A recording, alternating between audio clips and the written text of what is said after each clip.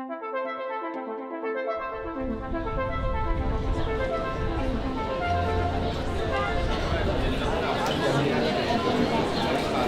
commence et je te passe la main après. Voilà, moi, je vais dire deux mots. Je suis le modérateur Michel Montagne, je suis journaliste local à Maritima, un média qui rayonne sur le pourtour de l'étang-de-Berre, basé à Martigues, et donc je suis un peu le Candide du milieu documentaire. Donc voilà, je poserai peut-être des questions un petit peu idiotes, mais il y aura certainement des réponses intelligentes. Et je laisse la parole voilà, sur le thème de cette table rectangulaire. Voilà. Oui, Annalise va nous expliquer. Juste rappeler que l'Ars, il y a ce festival Vrai de Vrai qui est une reprise des Étoiles de l'ASCAM, anciennement les Étoiles de l'ASCAM, et on associe cet événement à une table ronde professionnelle sur laquelle en fait on choisit chaque année de discuter sur des sujets qui nous travaillent, on va dire. Et donc cette année, on a eu assez spontanément l'envie, il y a une proposition de quelqu'un, mais qui a été tout de suite, qui nous a tous parlé, qui était de réfléchir sur l'écriture documentaire, mais particulièrement aussi sur l'écriture des dossiers documentaires, parce qu'il y a des gens qui font de la fiction, donc j'espère qu'ils ne seront pas frustrés, mais on va plus parler documentaire. Mais la question fonctionne aussi avec la fiction. Et on est pas mal à être un peu usé et en souffrance de multiples réécritures. On est tous d'accord qu'il faut une écriture filmique et une pensée, et qu'on ne fait pas nos films comme ça sans les penser.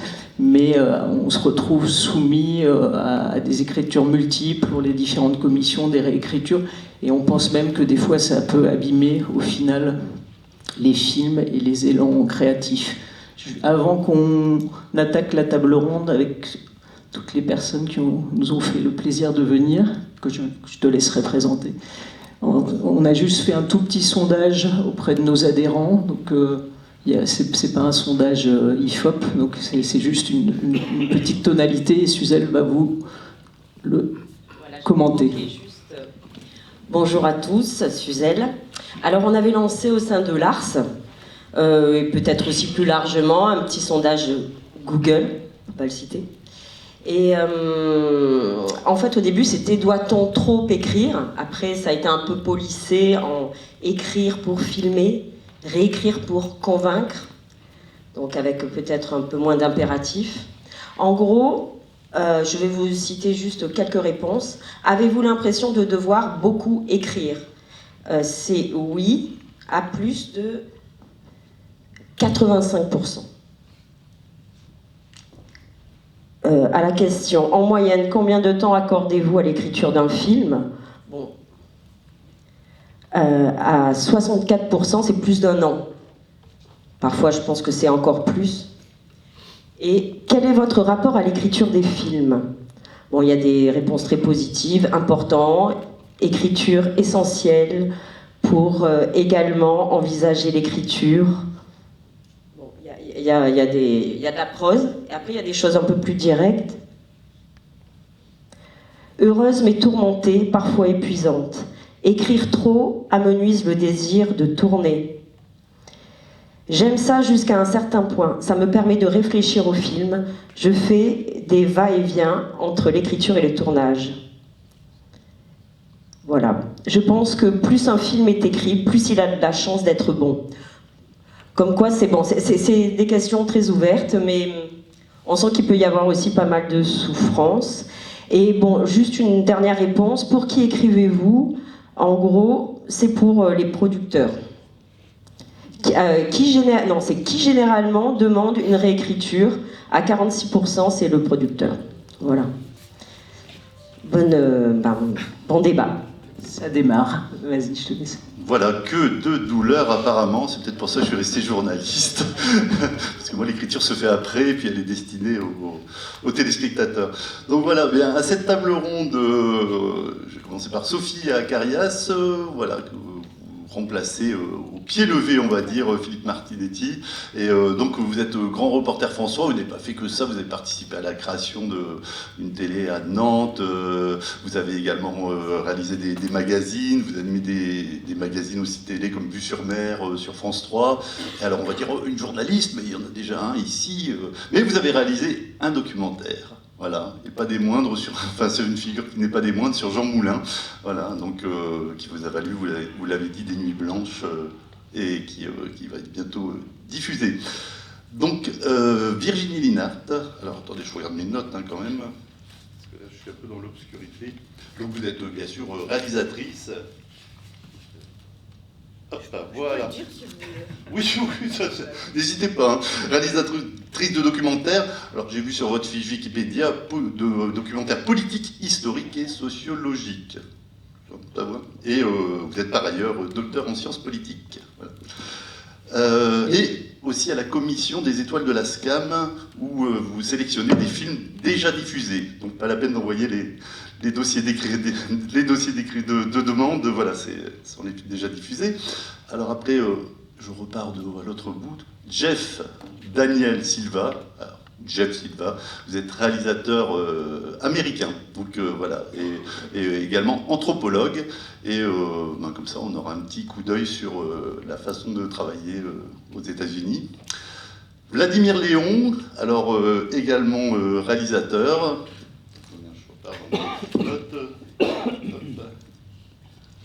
Avec qui j'ai réalisateur français, né à Moscou mais français, voilà. Et vous, alors, vous êtes dans l'encadrement de mémoire, hein, je retrouve plus mes notes, dans l'encadrement à l'USAS d'une formation qui s'appelle, attendez, je la retrouve quand même pour... voilà, vous encadrez la formation de la lecture de Rush à l'écriture filmique. Dans ce débat-là, c'est presque hérétique, hein, vous écrivez à partir des Rush. C'est compliqué. Voilà, c'est compliqué. Et le producteur, Quentin Laurent, producteur des films de l'œil sauvage, et il y a notamment des films qui ont été projetés ici, et voilà, donc vous êtes le producteur, je pense, les Odyssées de Samy, puis un autre... Voilà, merci. Bon, eh bien, voilà, on va commencer alors sur le constat qui a été fait avec le petit sondage sur un peu la douleur. Alors si c'est des grands publics, on en parlera un petit peu plus, mais là il n'y a que des professionnels, donc on part sur le même constat que l'écriture est quelque chose de vécu assez violemment par une bonne partie des réalisateurs. J'ai envie de dire, par exemple, Vladimir, on a eu une grande discussion téléphonique et vous disiez justement que, à travers pas mal de tables rondes ou de réunions, on arrive toujours à ce constat qu'on va essayer de dépasser pour essayer de trouver un peu des solutions sur l'écriture, voilà, les contraintes de l'écriture, hein, et des multi-réécritures aussi, voilà. Et donc, voilà. Est-ce que vous avez été déjà concerné par ça et, oui, je pense que forcément, quiconque envoie des projets à des commissions voilà, se heurte à la question de aussi, on en parlera peut-être, écrire pour réécrire, mais pour qui et pour convaincre qui? Parce qu'évidemment, la question des lecteurs, c'est pas forcément la même chose qu'on envoie à un diffuseur qu'à un producteur qui, lui, a l'habitude sans doute de cet espace intermédiaire entre l'auteur, l'autrice et la production et la diffusion, ou les commissions d'auteurs comme la SCAM ou le CNC, par exemple. Donc oui, bien sûr qu'on se heurte à ça en tant que réalisateur. Comme vous le disiez, moi aussi, il m'arrive d'encadrer des résidences d'écriture, donc parfois d'écriture vraiment plus traditionnelle. Et puis récemment, comme vous le disiez, il y a une formation qui s'est créée à l'USAS autour de la lecture de Rush, où je travaillais avec un monteur, Rudy Martin, partant du constat, mais qu'on va peut-être aussi poursuivre, que finalement, dissocier de cette façon aussi stricte la question de l'écriture de la question de la fabrication des films, y compris ces règles de beaucoup de commissions qui exigent que rien ne soit tourné, si ce n'est des tournages conservatoires, avant que de déposer un projet, ce qui évidemment par rapport à la pratique est très souvent contradictoire avec la façon dont on peut travailler les uns et les autres. Donc évidemment c'était très intéressant à l'USAS d'essayer de voir les divers cas de figure quand des gens avaient des rushs, et aussi qu'est-ce que c'est que de partir des rushs pour éventuellement écrire dans la perspective d'une production plus traditionnelle, de réinjecter, je dirais, un projet aussi dans les attendus de ces commissions, mais parfois aussi d'aider des autrices, des auteurs par rapport à cette solitude que peut être aussi face à un film, face à des rushs où on a tourné, où on est un peu tout seul, on ne sait pas très bien quoi en faire. Aussi parfois d'aider à ce qu'un film se trouve comme ça. Et c'est pas un hasard sans doute, et je pense à lui particulièrement aujourd'hui, que cette formation a été en partie initiée par Xavier Christians, un réalisateur belge récemment disparu, et qui est un réalisateur autodidacte, beaucoup autoproduit, donc évidemment pour qui ça avait beaucoup de sens de se dire mais comment aussi, au-delà des commissions, du côté parfois un peu administratif de l'affaire, eh ben, on trouve cette écriture documentaire particulière, qui n'est quand même pas exactement au même endroit que la fiction, mais où souvent les commissions nous poussent à ressembler à, par exemple à l'avance sur recette, etc. Eh bien, quelle est la spécificité, quelle serait la spécificité de ces écritures documentaires-là? Je crois que, comme auteur et puis comme parfois formateur, on s'y confronte tout le temps. Alors le problème, c'est que si vous formez des gens à écrire à partir de rush, ce sont des gens qui ne pourront pas obtenir des aides alors. Non, mais alors là, on est bon. Non, mais là, on est un peu au courant quand même. Moi, j'ai aussi été producteur, donc un peu au courant du paysage. Donc évidemment, on va pas les envoyer dans le mur en disant mais écrivez pas, envoyez vos heures de rush, c'est formidable. Non, on sait bien que ça marche pas comme ça. Cela dit, là, pour cette formation particulière, ce qui était intéressant, c'est qu'on voyait aussi avec les participants ceux qui avaient le désir et l'énergie d'aller au bout parce que c'est parfois des longs processus, comme le processus de production avec dossier, etc., ça dure plusieurs années. Ceux qui étaient prêts et dont les projets avaient sans doute la capacité à aller vers ces endroits-là, et d'autres qui tout simplement avaient envie d'aller au bout de leur geste de cinéaste, avec les aléas, effectivement les difficultés financières que ça peut être. Donc oui, quand même, on avait une cohérence, notamment avec Rudy le monteur, de travailler aussi à l'écoute des projets, c'est-à-dire que moi il y avait notamment 2 projets, c'est évident qu'ils avaient un potentiel, même si beaucoup de choses avaient déjà été tournées. Bon après oui, mais enfin, il y a un producteur ici, il ne démentira pas, parfois on marche sur la tête, on truque un peu, on dit que ça n'a pas été tourné, on en invente, parce que justement ces histoires de commissions qui disent ah ben non, il ne faut pas que ce soit tourné, encore une fois, tournage conservatoire éventuellement, mais vous n'avez surtout pas commencé le film. Ben si, même parfois j'ai déjà fini tout. Alors, quant à Laurent, justement, producteur des films de l'œil sauvage, on vous ment? Je trouve que la question, elle est complexe en réalité. C'est-à-dire que, déjà, on parle de cinéma et de télévision. Il me semble que les règles ne sont pas tout à fait les mêmes. Au CNC, depuis un moment maintenant, le Fonds de soutien audiovisuel accepte que les films soient largement tournés. Il ne faut pas qu'ils soient terminés d'être tournés, mais qu'ils soient largement tournés. Donc c'est quand même un fléchissement vers un petit peu plus de réalité par rapport à la manière dont on peut faire les films. Sur cette question du mensonge, effectivement, il ne faut pas que ce soit totalement tourné, mais... Ça fait partie du jeu, c'est l'implicite. Oui, après il y a une question, je pense, de cadre aussi, c'est-à-dire que au départ, les aides, elles sont là pour soutenir les films au moment où l'effort est le plus grand, c'est-à-dire au moment de leur conceptualisation et de la mise en tournage. Elles sont aussi là pour protéger, me semble-t-il, le droit du travail en particulier, et s'assurer que les gens sont correctement payés et que les films sont faits dans les règles de l'art. Ça, c'est important de le préciser, parce qu'on pense souvent que c'est une sorte de frein, comme ça, un peu pervers, ne tournez pas, mais il y a aussi des questions législatives et de protection au niveau du droit du travail. Voilà. Oui, c'est ça, c'est-à-dire que ces aides, elles sont aussi là pour protéger les gens qui les font. C'est pour ça que ça intervient assez tôt. Donc les aides à la post-production, il y en a effectivement assez peu. Et quand elles existent, elles essayent aussi de se prémunir du respect des règles, mais c'est plus compliqué, quoi. Virginie Lénard, par exemple, pour la réalisation de vos documentaires, alors est-ce que vous avez été confronté à de multiples réécritures avec à chaque fois des destinataires différents, donc des écritures différentes? Est-ce qu'on peut dire que c'est écrire pour séduire chacun? Moi, j'aimerais un peu, je sais pas, reprendre la balle au centre, comme on dit. Je suis à Marseille. Et je trouve pas juste de poser comme un postulat de départ l'écriture égale souffrance. Je pense pas que c'est juste. Et d'ailleurs, dans le sondage que vous avez fait à l'ARS, ça ne dit pas ça.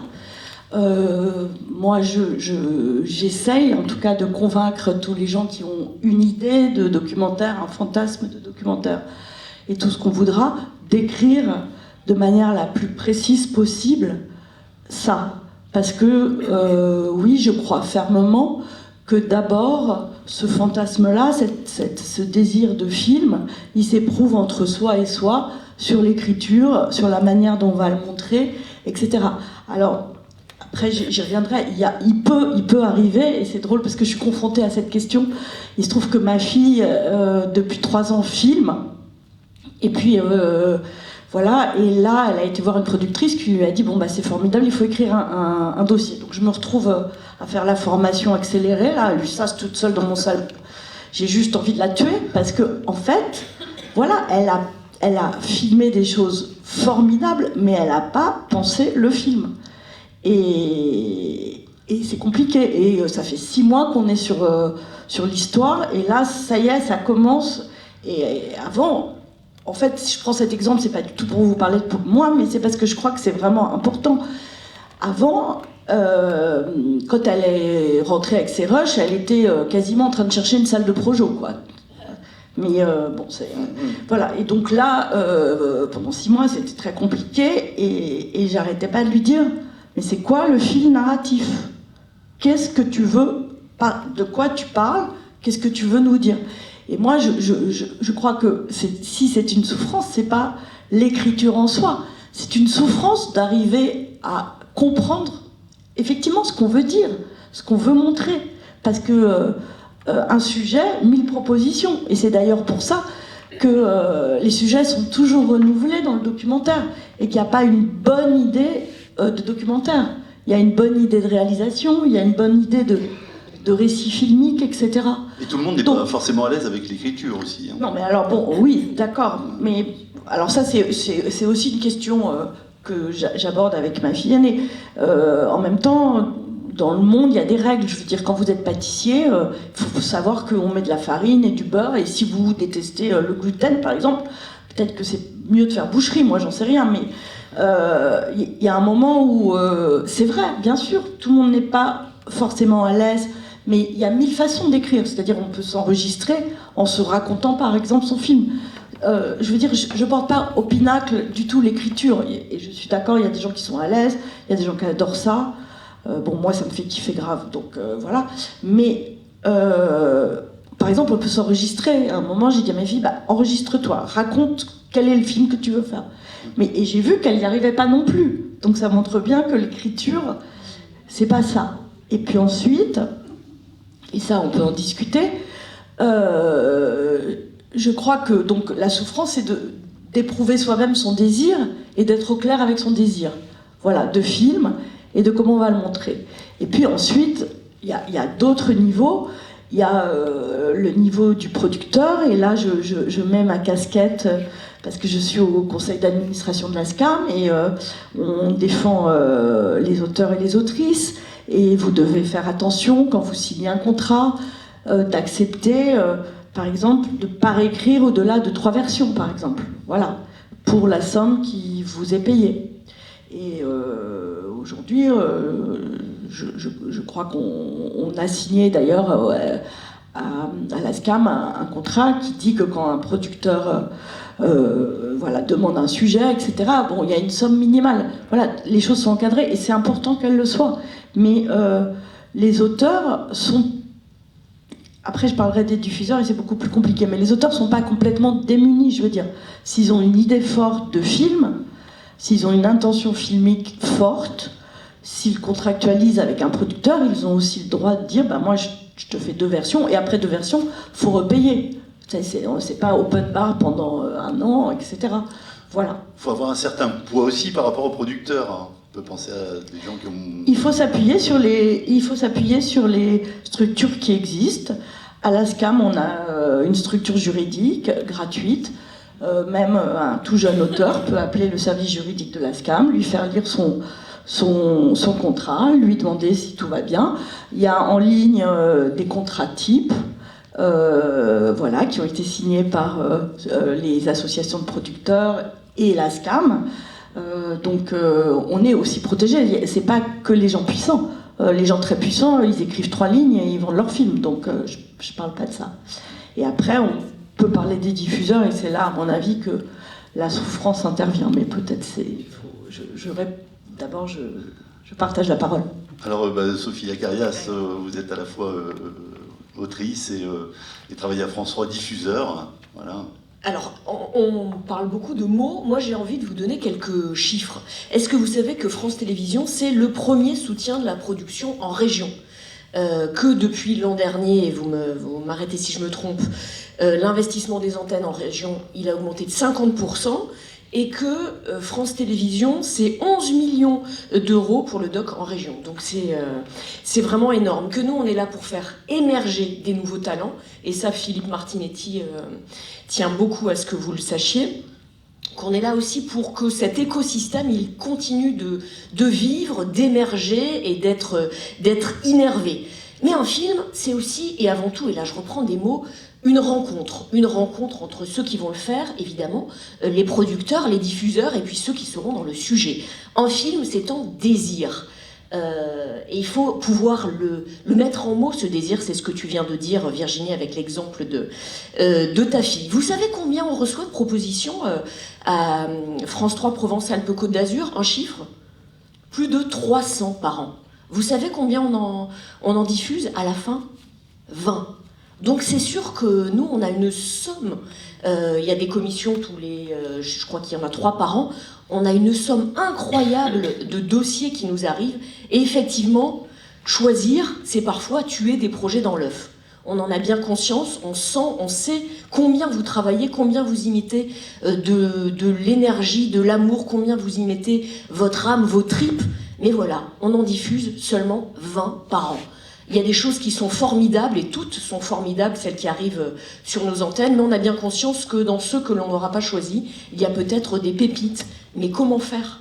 Voilà, on va être là peut-être ensemble pour trouver une boîte à outils pour qu'il y ait moins de souffrance dans ces écritures, et que nous, on sache mieux repérer les pépites pour faire émerger des talents. Voilà ce que j'avais envie de vous dire. Et on arrive à les lire, parce que 300, c'est du temps aussi. On s'y met à plusieurs. Ouais.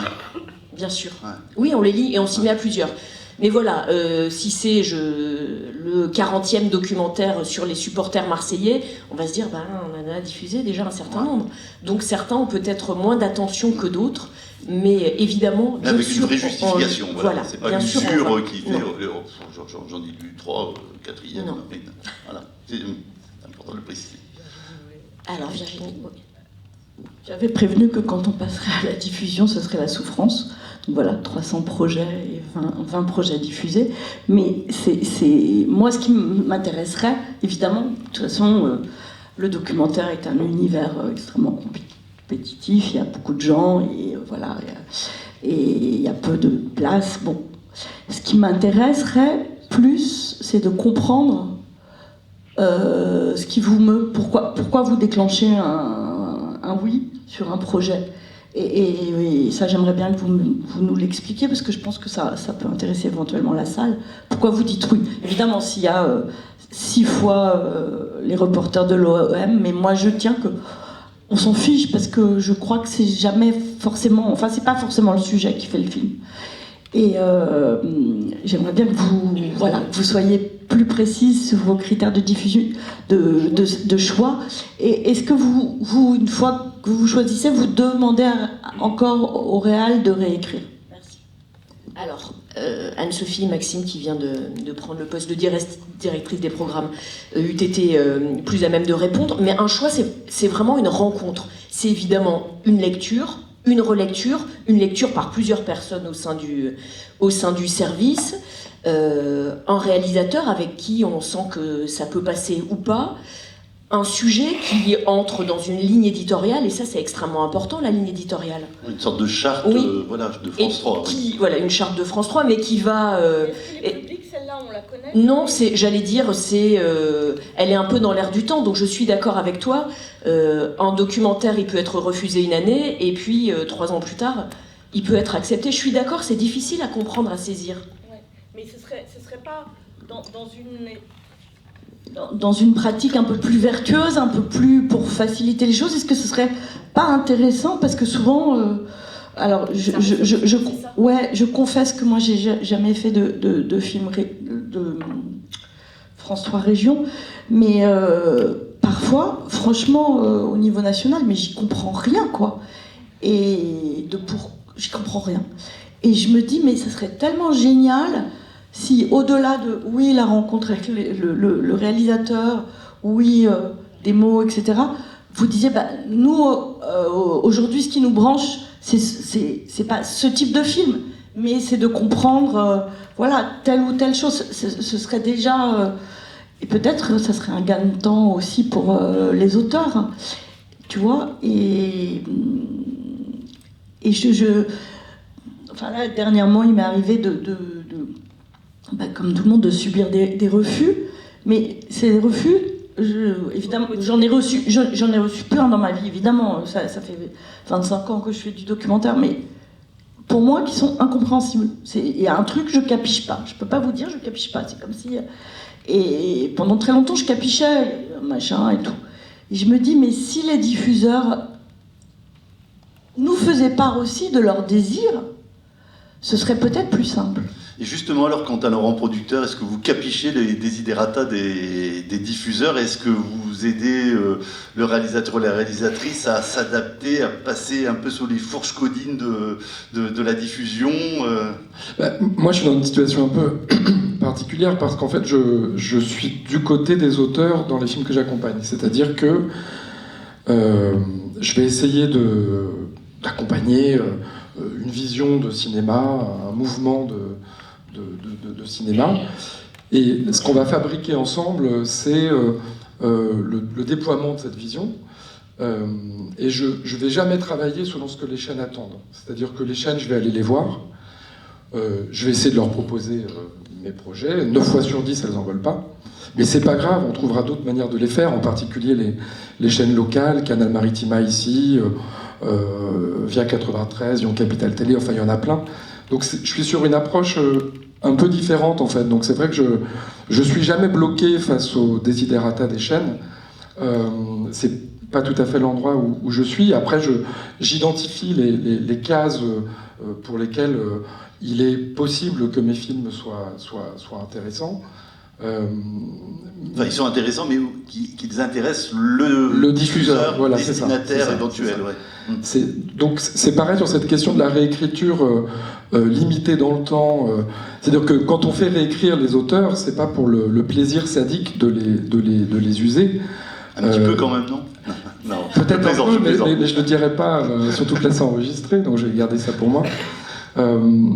Mais voilà, c'est plutôt qu'on se fixe des objectifs ensemble. Alors en général, il y a un objectif numéro 1 qui est le plus ambitieux, qui sera effectivement soit les financements cinéma. Alors comme on l'a abordé tout à l'heure, c'est vrai que c'est différent, parce que les financements cinéma sont quand même très nettement imaginés autour du cinéma de fiction. Et donc par exemple, très clairement, quand vous allez à l'avance sur recette, on vous dit écoutez, c'est compliqué pour vous le documentaire, parce que soit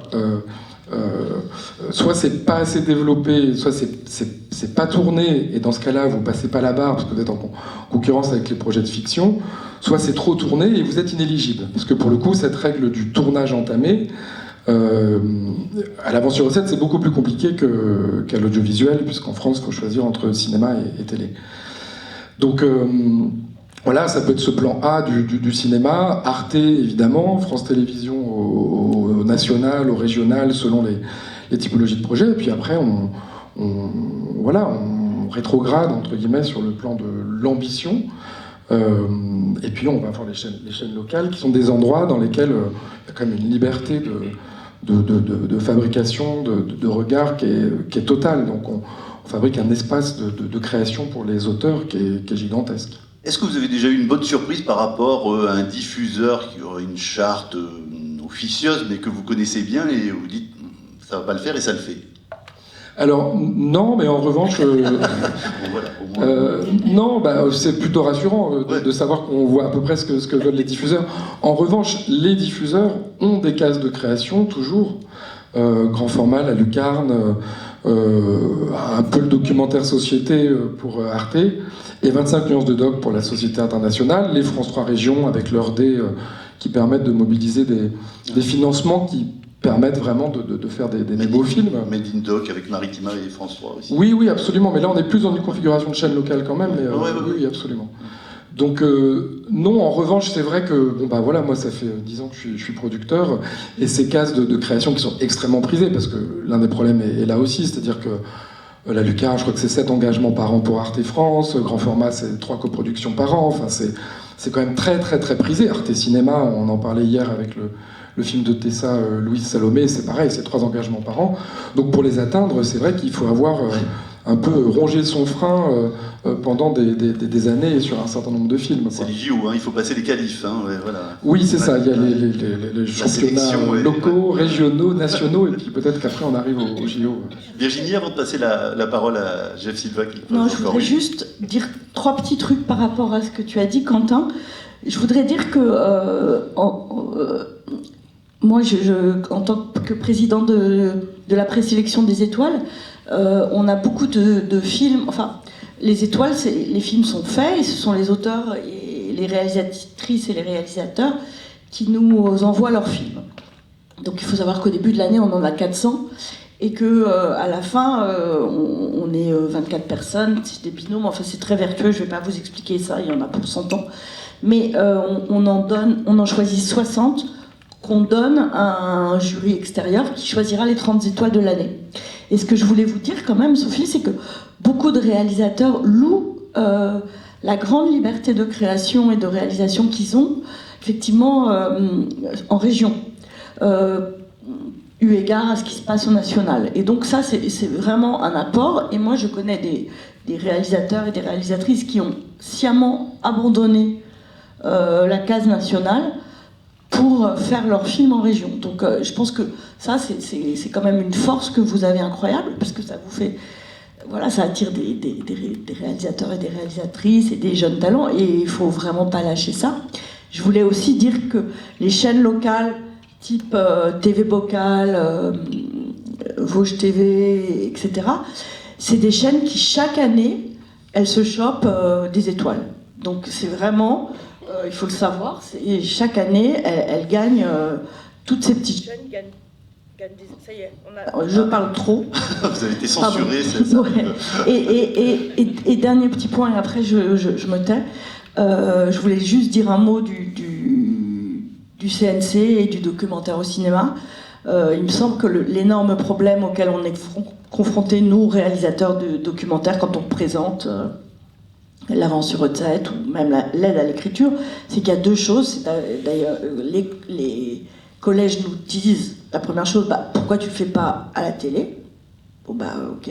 Donc ça, je sais pas comment on répond à une question pareille. Le cinéma, ça m'a fait toujours rêver, enfin bon, bref. Et puis, la deuxième chose, c'est que les dossiers, évidemment, la fiction, tout est écrit.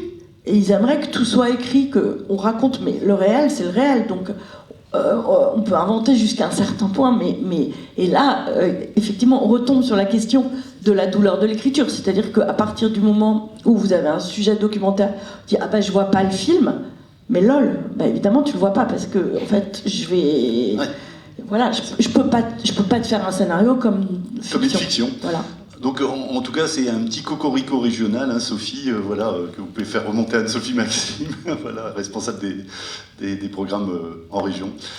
Jeff Silva, là c'était un peu, on était dans le franco-français, vous allez nous apporter un peu du franco-américain avec votre double expérience, et j'ai envie de vous dire, et après également Vladimir, qui a une expérience aussi de l'étranger, vous m'aviez dit le Caucase et l'Amérique du Sud, et donc qu'est-ce qui se passe aux États-Unis, par exemple? Oui. Ah oui, ça se passe très bien en ce moment. Déjà, vous n'avez pas subi une taxation, donc vous êtes présent avec nous, vous n'avez pas une taxation de 40%, ce qui fait que vous n'auriez pas pu être là aujourd'hui avec nous. J'avoue, c'est difficile de parler de ce genre de choses. On est tellement privilégié d'être là, d'avoir cette capacité de faire des cinémas, déjà, dans la situation du monde en vie actuellement. Je suis un peu un petit ovni sur cette table-là, parce que à la fois je suis américain, j'ai cette expérience de faire des films aux États-Unis. Je suis coproducteur de mes films aussi. Je suis producteur et réalisateur de mes films, anthropologue et artiste. Je ne sais pas, j'ai plusieurs casquettes. J'essaie de travailler cependant la situation, on va dire. Et pour moi, le base de la création, c'est plutôt un travail artistique et j'essaie de vraiment travailler avec des origines de mes études sont dans le cinéma expérimentaux plus que le cinéma documentaire. Je suis devenu réalisateur de cinéma documentaire un peu par hasard grâce à les croisements des idées, des expériences avec les sciences sociales. Mais ce n'est pas forcément quelque chose qui est valorisé aux États-Unis, on va dire, dans le sens de financement. Il n'existe pas un système comme vous avez ici, comme on a ici, parce que je vis en France depuis 10 ans maintenant, et je fais partie de cette expérience qui est à la fois douloureuse, mais aussi riche et super. Je pense qu'on a l'habitude aux États-Unis de tout faire parce qu'on n'a pas le choix. Et ça veut dire de produire, de réaliser, de monter, même de tourner, de tout faire.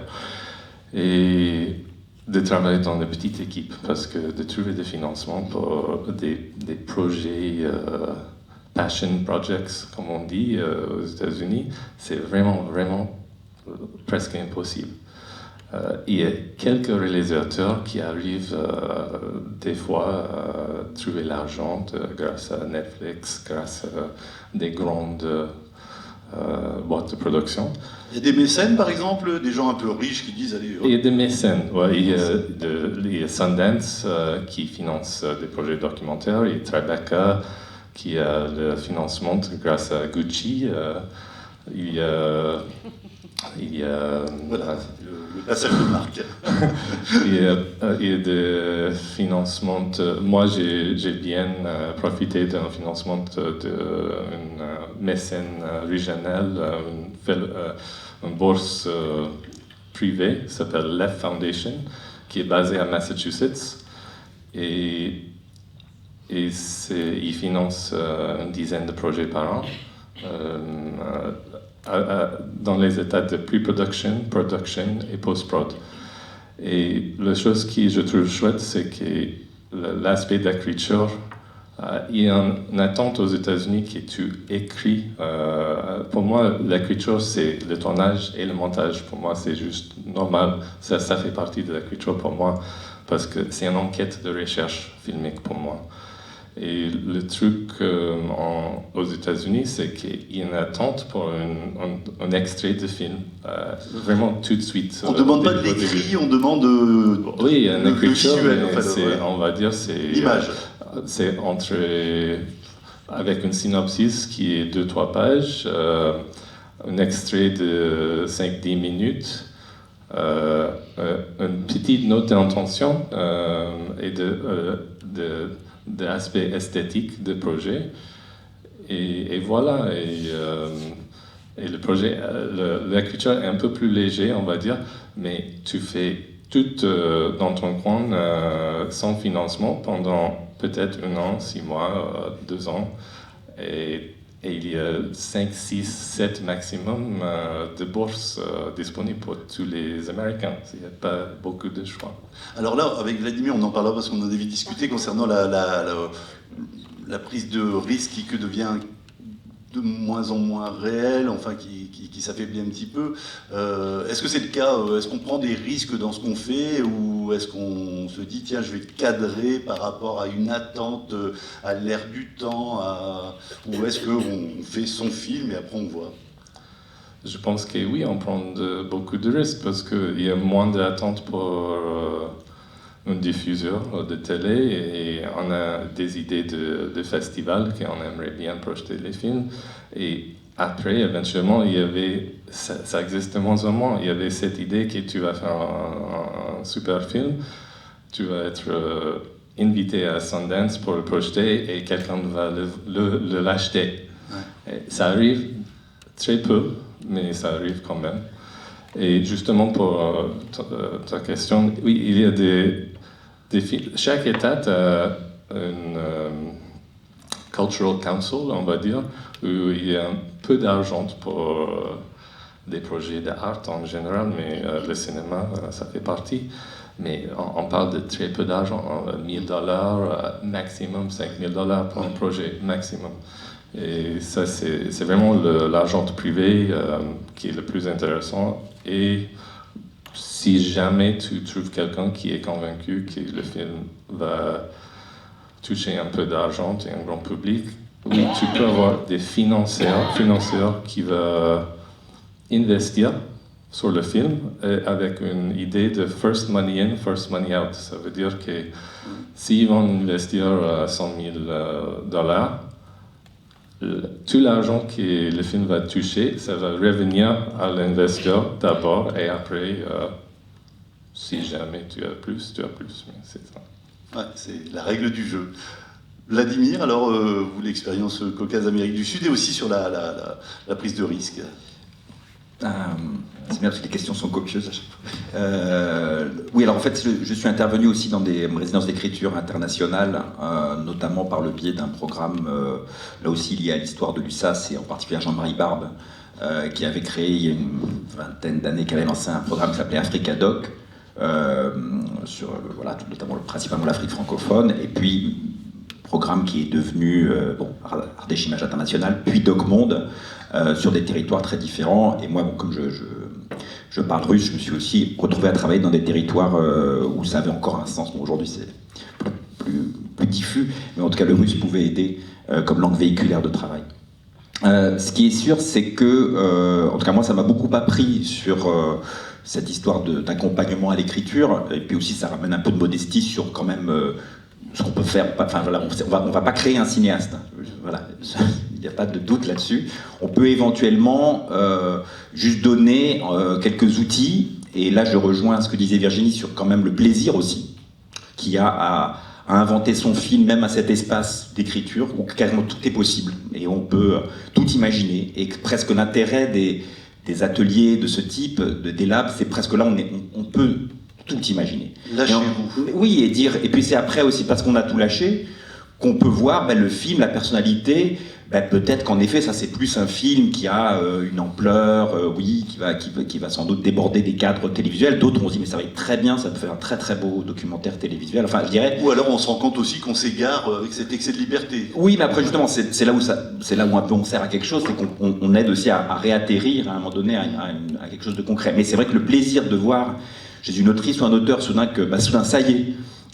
Oui, ça va se raconter comme ça, cinéma d'observation ou je sais pas quoi. C'est tout à fait important. L'autre chose peut-être aussi que je voudrais, parce qu'effectivement on a commencé par la souffrance, la douleur, etc. Mais comme le rappelle Jeff, on est quand même dans une situation extrêmement privilégiée en France et que tout le monde nous envie quand même sur l'offre de possibilités de soutien pour même des projets parfois qui ne pourraient tout simplement pas se faire ailleurs. Enfin, je dirais. C'est à peu près clair.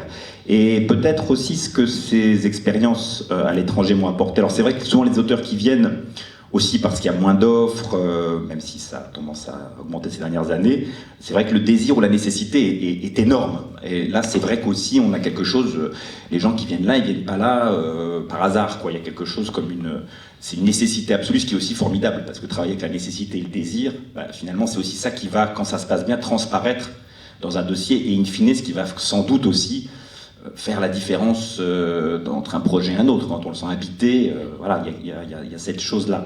Et c'est peut-être aussi la différence qu'on peut faire au niveau de l'écriture entre, disons, cette écriture d'élaboration et qu'il a, oui, qu'on passe par les mots, ou qu'on passe parfois, d'autres vont être plus à l'aise avec d'autres techniques, peu importe, mais je dirais, elle est quand même très très précieuse. Et effectivement, l'histoire de votre fille qui, à un moment donné, oui, c'est vrai que ça peut aider avant de réfléchir un tout petit peu, pas scénariser, justement, c'est pas l'idée d'écrire une continuité dialoguée avec un documentaire. L'écriture pour soi-même, j'ai envie de dire. Et voilà, je veux dire, elle est là-dessus, il faut pas avoir peur de ça. Et ça, je pense pas que les gens, c'est là qu'elle se place, la souffrance. Là, en général, où le problème arrive, c'est plutôt ces écritures de communication, où on se dit, ah oui, bah c'est pas là, c'est ailleurs, ah bah j'aurais aimé aller là, mais en fait mon producteur me dit que non, et puis alors en fait là je viens de l'envoyer, puis je me suis fait bouler 3 fois, et puis alors je peux plus, et alors comment je fais? Ça c'est compliqué parce que ça atteint au cœur presque, donc on se dit, on a trouvé l'endroit de notre film, on a l'impression que tout est formidablement articulé, on a quand même envie aussi de laisser, et c'est pas un détail, on l'a dit aussi, mais je le répète, que, je veux dire, si on filme ce qu'on a écrit, c'est pas la peine de le filmer quand même. Enfin, je veux dire, c'est vrai pour la fiction aussi. Enfin, si le film ne déborde pas son projet, si le moment de l'ici et maintenant du tournage du cinéma, de ce miracle-là, enfin, il faut être soi-même, potentiellement pouvoir être ébloui soi-même par. Non, mais on ferait pas ça si on n'avait pas ça. Enfin, ça n'est pas ce plaisir. Mais non, la fiction c'est pareil. Quand soudain un acteur révèle quelque chose qu'on a écrit et ça devient complètement transfiguré, ça n'a rien à voir. C'est le même bonheur. Donc forcément, comment faire pour laisser l'espace et bon, tu évoquais la question de justement, est-ce qu'on est bridé, pas bridé, est-ce qu'il y a une espèce de contrôle freak. Voilà. La seule chose, c'est que c'est vrai qu'on sent il faudrait tout le monde être rassuré. Alors on va être rassuré. Alors qu'est-ce qu'on va être alors, le scénario de fiction, il va être super réécrit, il va être vissé de tous les côtés. Et je dirais, moi, comme spectateur de fiction aussi, il m'arrive plusieurs fois de me dire, ah c'est vachement bien, mais dommage, ça a été trop écrit, ça a été surécrit. Et on le sent à un moment, on dit, mais merde, là j'aurais bien lâché quelque chose. Donc la question, elle est plus là, cette envie d'être absolument dans un objet qui va vraiment être d'enfer. Ça va cocher toutes les cases thématiques, stylistiques, etc. Bah, là, sans doute, c'est là où ça devient peut-être un objet de souffrance et voilà. Et peut-être que la part, alors dans ce que disait Jeff, je trouve qu'il y a une chose intéressante, c'est la part quand même qui peut être donnée aux images filmées. Et en appoint, peu importe, je sais pas, la place reste à temps. Et qui aujourd'hui restent quand même, sont autorisés hein, c'était la question. Oui, voilà, il y a eu notamment au FAI, donc le fonds à l'innovation du CNC, qui est la Direction de développement, il y a une possibilité, il y a une possibilité à l'ASCAM aussi. Après, c'est arrivé progressivement, et en tout cas, ça reste des parts très limitées, c'est 10 minutes, un quart d'heure, suivant les... Alors que ça paraît essentiel, hein, de voir un peu... vous savez, entre l'écrit et le rendu, chaque réalisateur va avoir une différence. Hein. Et c'est souvent... je parle trop là de mots. C'est souvent assez redoutable, parce qu'évidemment, parfois, le test, on lit des dossiers formidablement écrits dans une commission, on dit « Waouh, la gueule, hein. » Mais là on regarde quelques plans, on se dit ah c'est pas ça. Et évidemment il y a un effet très très douche froide parfois. Mais inversement, il m'est arrivé quand même plusieurs fois en commission de pousser mes collègues qui n'avaient pas eu le temps, parce qu'on peut en parler aussi, comme la surcharge des commissions qui ont oui. Dire mais vous n'avez pas regardé? Ah bah non, j'ai pas eu le temps, attends, j'ai des trucs. Alors j'ai dit, on regarde ensemble, parce qu'il y avait soudain, à l'écriture c'était un peu faiblard, mais voilà, les plans étaient là, il y avait quelque chose de très fort. Et ça, quand Jeff disait qu'aux États-Unis, il y a quand même aussi cette demande de voir des images, ça m'a fait penser à une histoire soviétique, là je reviens à mes origines, mais à un moment donné, le censeur soviétique, je crois que c'était au milieu des années 30, à un moment donné, il décidait des projets sur scénario. Puis à un moment donné, ils se sont dit, non, ça marche pas, on se fait avoir. On attend que le film soit fini, et c'est là, quoi. Soit on le met sur une étagère, soit on lui permet d'exister. Je veux dire, c'est quand même là que se réalise le film. Ce qu'on parle d'écriture, mais les écritures documentaires sont des écritures essentielles, mais transitoires. C'est pour autre chose. Elles ne sont pas des écritures en soi. C'est pas un objet, on lit pas, on peut, hein, mais enfin, lire des dossiers documentaires, c'est pas un peu la chose la plus fascinante qui existe. Comme ça. Voilà, donc en 3 mots, je pense que l'expérience à l'étranger, en tout cas, m'a toujours montré que oui, l'écriture peut aussi être un plaisir, une nécessité. Oui, il y a un poids du marché et des attentes, et voilà, il n'y a pas de système pur et parfait, mais en tout cas en France, c'est pas le pire, en tout cas malgré tout, même si j'espère que notre réflexion peut amener à bouger des lignes, à faire changer la façon dont on évalue, on réfléchit, on accueille les projets, mais ça va. Quentin, par exemple, Ah oui. Je pense que après je vais... pour nous, on est vraiment là au cœur de ce qu'on avait envie de soulever. Évidemment, l'écriture d'élaboration, la pensée d'un film, pour nous, elle est absolument nécessaire, elle est joyeuse, elle est...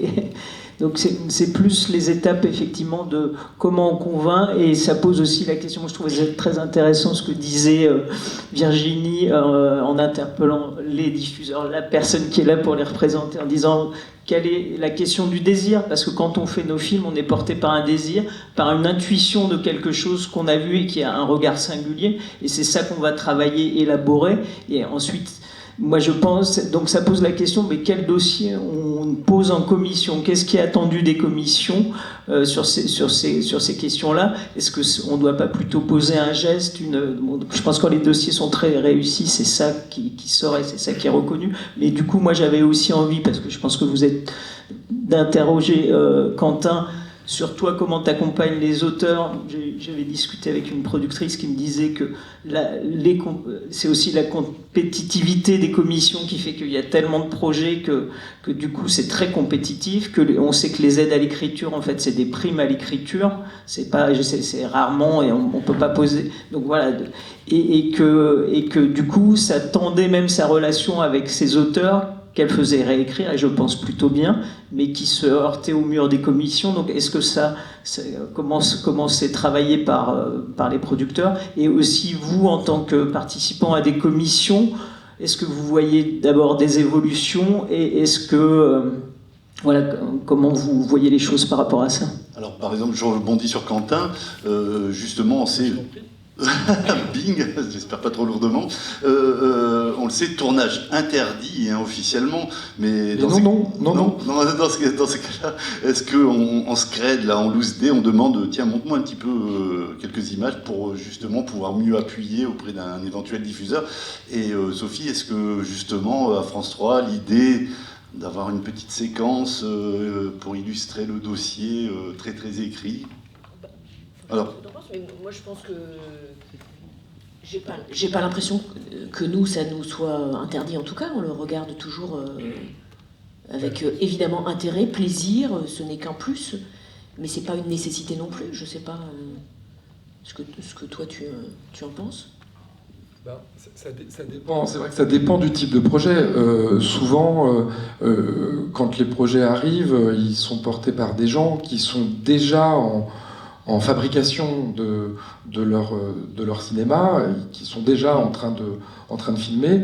Les aides à l'écriture, les aides au développement, elles servent aussi à permettre ça, et c'est tout à fait toléré par le CNC. Ça permet aussi de préciser effectivement une vision, parce que, comme le disait Virginie, en réalité, en tout cas ce qui compte pour moi, c'est pas tant le sujet, qui pour le coup peut être plus important pour le diffuseur, c'est la manière dont il est traité pour aller vite. Donc ça peut permettre effectivement ces images de repérage, de préciser, d'attester déjà de la relation entre le porteur de projet et les personnes qui veulent filmer, mais aussi de préciser, d'essayer des choses sur le plan de la mise en scène, etc. Je voulais revenir sur trois petits points brièvement, mais comme Jeff en parlait, c'est important de bien voir que quand même le monde est coupé en deux par rapport à cette question de l'écriture. C'est-à-dire que vous avez globalement l'Europe avec en tête de pont, on doit ça évidemment à la politique de l'auteur, la France, la Belgique, la Suisse, qui développent effectivement une espèce d'inflation de l'écriture. Et puis vous avez le reste du monde, en tout cas le monde anglo-saxon, où effectivement les demandes sont beaucoup plus... les écritures sont beaucoup plus efficaces, et les demandes sont beaucoup plus concrètes sur la vision du film. Donc c'est vrai que... Alors aux États-Unis, comme tu le disais très bien, c'est vrai que les financements publics sont quand même beaucoup plus menus. Et la grosse différence quand même, c'est qu'il n'y a pas de structuration, il n'y a pas d'écosystème du documentaire d'auteur aux États-Unis, ça n'existe pas. C'est-à-dire qu'ils sont tous professeurs à l'université, ils font des commercials, ils font des... Donc, la plonge dans les restos. Donc aussi, comme le disait Virginie, c'est-à-dire que cette nécessité d'écriture, elle est aussi liée au fait qu'on est dans une industrie en France, et que les films, pour ce faire, ça met quand même en branle des financements publics, que ce soit la télévision, ou que ce soit le centre du cinéma, ou que ce soit les régions. Donc c'est une affaire sérieuse. Donc on demande des garanties, indépendamment de la question de la concurrence, effectivement, à laquelle j'ai pas forcément de solution d'ailleurs, mais... ça me paraît important, et ça me permet d'aborder le deuxième point dont je voulais parler, c'était la question de l'accompagnement d'un film qui finalement arrivera sur une chaîne locale. Et la question de la nécessité, c'est-à-dire que j'ai longtemps considéré que cette nécessité de l'auteur, un peu comme Deleuze nous le racontait à la Fémis, cette résistance face à la mort de l'artiste, etc., D'une certaine manière, quand on fait un film avec une chaîne locale, l'espace de jeu, il est gigantesque, il n'y a aucune garantie de résultat, etc. Ce qui pourrait paraître paradoxal. En tout cas, ce qui manque, à mon avis, à la réflexion, et de plus en plus face à la responsabilité, je crois, qui est la nôtre, par rapport au fait qu'on a des canaux de diffusion, aussi modestes soient-ils, si c'est les chaînes locales ou les festivals, et par rapport au fait qu'on bénéficie d'argent public pour s'exprimer, c'est quand même la question du public et des gens à qui on s'adresse. Donc moi, en tout cas, quand j'accompagne des auteurs... On l'avait oublié, celui-là. Eh bien, on n'en a toujours pas parlé, et chacun met le public, le spectateur, là où il le souhaite, mais...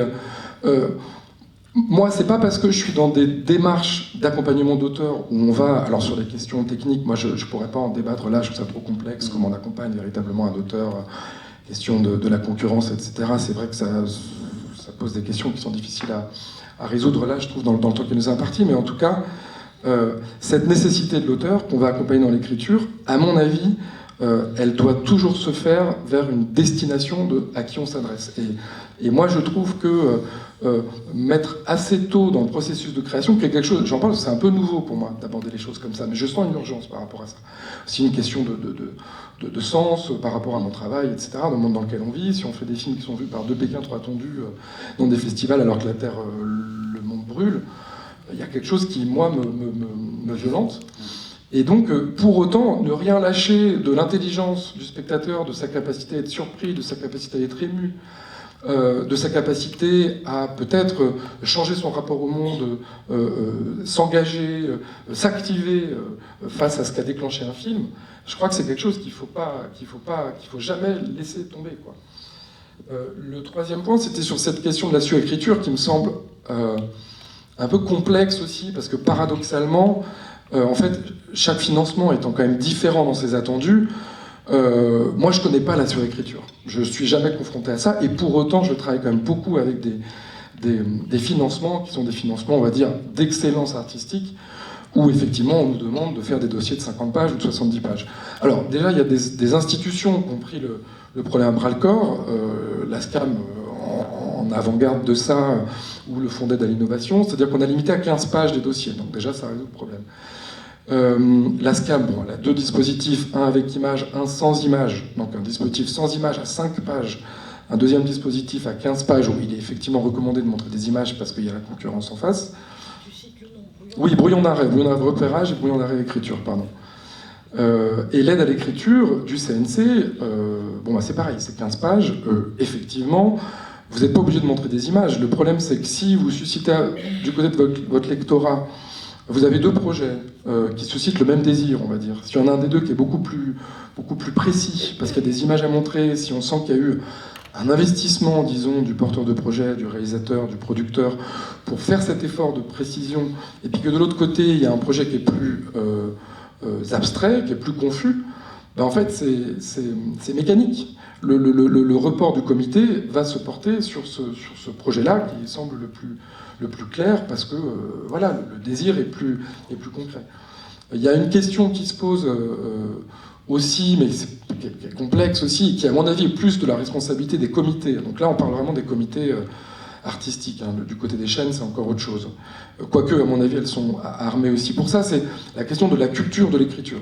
Effectivement, est-ce qu'il n'y a pas des gens qui sont mis de côté dans la mesure où pour obtenir des aides à l'écriture ou des aides au développement, il faut être un excellent écrivain, manier le style avec verve et brio, alors que soi-même, on n'a pas forcément eu un accès ou un appétit pour l'écriture.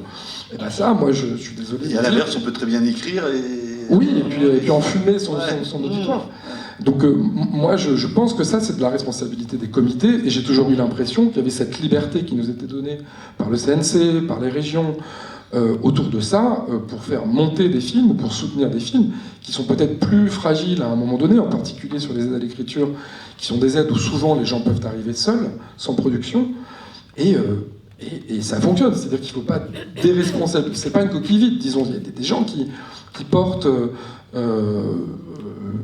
un rapport au cinéma, à ce qui doit être financé, à comment ça doit être financé dans ces institutions. Mais on ne peut pas aider tout le documentaire du monde. On ne peut pas aider tout le documentaire du monde. Juste pour terminer sur cette histoire de surécriture, vous allez à l'aide au développement renforcé, les comités, ils en ont ras-le-bol de lire 50 pages ou 70 pages. Moi, j'ai envoyé des projets, j'ai produit les films de Dieudo Hamadi. Dieudo Hamadi, c'est 17 pages, 15 pages, et les projets, ils sont soutenus partout où ils passent, à l'aide au cinéma du monde, à l'aide au développement renforcé. Donc, l'avance sur recette, c'est un problème à part, qui est un problème structurel, effectivement. L'aide, elle a été inventée, encore une fois, sur le modèle de la fiction. Vous allez dans les commissions, c'est effectivement des gens qui sont... on a l'impression d'être face à l'administration française. Non, on est face à des gens qui ne connaissent pas, dans le meilleur des cas, le documentaire, et qui parfois le méprisent. Ça n'engage que moi de dire ça, mais c'est ce que je pense. Et puis après, évidemment, dès qu'on est du côté du nombre d'entrées, ce qui est une vraie question, hein, mais en tout cas, c'est sûr que le documentaire, à quelques exceptions près, nécessite un accompagnement particulier pour qu'il puisse un tant soit peu faire du public en salle. Donc voilà, mais si vous allez au FSA, l'aide à la production, ce qui est demandé, c'est 7 pages. Donc moi, la surécriture, je ne sais pas bien, encore une fois, ce que demandent les chaînes, parce que je ne sais pas mes interlocuteurs... mais je me rappelle qu'effectivement pour des cases de science ou des choses comme ça, il fallait envoyer des scénarios complètement développés, et puis que sur le banc de montage, le chargé de programme vous disait ah bah ça t'avais écrit ça puis tu l'as pas fait, etc. Et moi c'est pas du tout mon approche, donc je suis pas du tout confronté à ça, donc c'est en même temps intéressant de voir que c'est pas parce qu'on fait du documentaire de création où on développe énormément, parfois pendant des années, que ça nécessite que ça va mener à une écriture de plusieurs dizaines de pages absolument nécessairement, quoi. Donc pour vous, Quentin, l'amour dure 7 pages, voilà. Alors je rends jamais 7 pages non plus, mais je pense que chaque projet est dans un rapport organique à ce dont il a besoin, voilà, un certain nombre de pages, voilà. Tout ce qui est nécessaire est juste ce qui est nécessaire. Oui, et puis après, je pense que dans les commissions, on n'est pas obligé, je pense que c'est fondamental de regarder les images, absolument. C'est vrai qu'il y a aussi des surcharges chez les personnes qui sont dans les commissions. Quand on est au FSA, je ne sais plus combien c'est, mais il y a 50, 70 projets à lire. La commission Auvergne-Rhône-Alpes, c'est pareil. Les gens ne sont pas rémunérés pour le faire.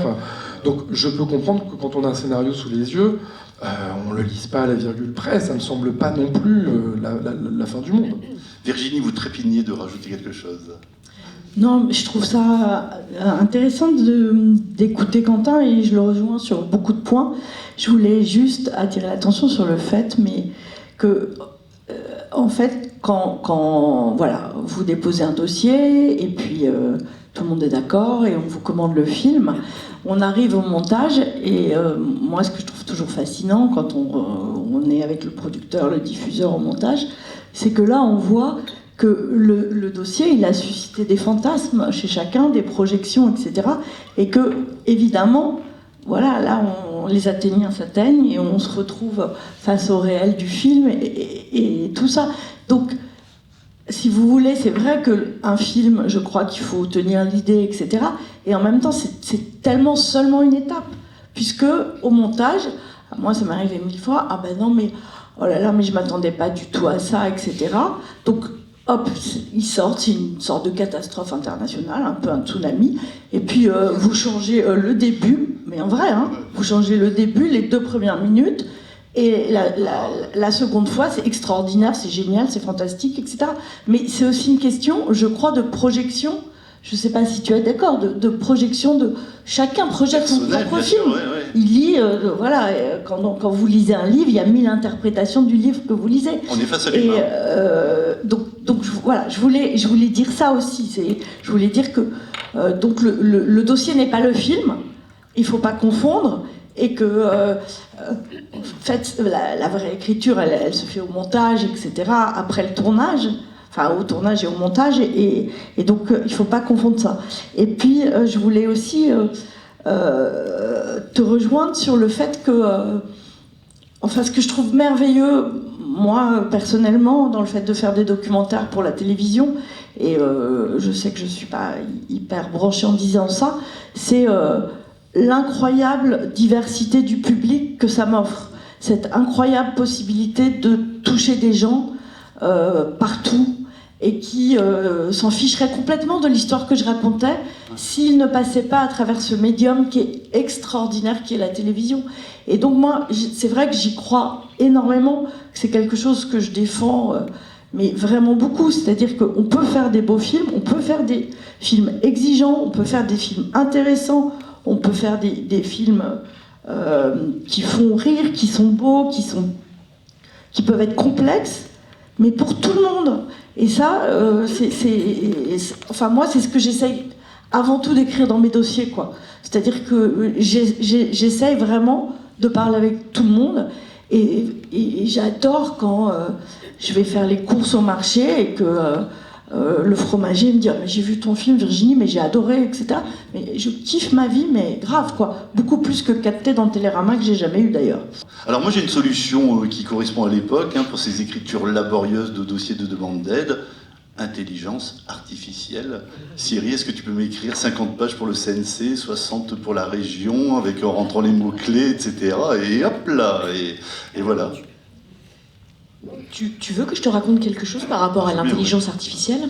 Lorsque on a eu terminé notre documentaire sur Jean Moulin, ce Provençal inconnu, je me suis dit, qu'est-ce que m'aurait proposé, donc le film il était terminé, hein, qu'est-ce qu'aurait proposé ChatGPT ? Donc j'ai mis, fais-moi un documentaire sur Jean Moulin, ce Provençal, avec les personnes à interviewer, les lieux que Jean Moulin a fréquentés durant son enfance. Donc j'ai mis. Et donc ChatGPT m'a proposé d'aller à la rencontre des enfants de Jean Moulin, que Jean Moulin n'a jamais eu. Donc, et tout était faux, c'était extraordinaire. Mais oui, donc... essayez, ça n'est pas la solution. Ça va s'améliorer en même temps, attention, hein, ça va s'améliorer, attention. C'est ce que je me suis dit, c'est ce que m'a dit mon mari. Mon mari m'a dit... Il y a des 2 chevaux et des Ferrari. Hein, dans 3 ans, ça sera bon. Ouais. Donc voilà, j'ai essayé là en janvier, ça ne fonctionne, dans 3 mois. Patientez un peu. Ça ne fonctionne toujours pas. Je rebondis, Quentin et Virginie, sur... ce qu'on attend parfois.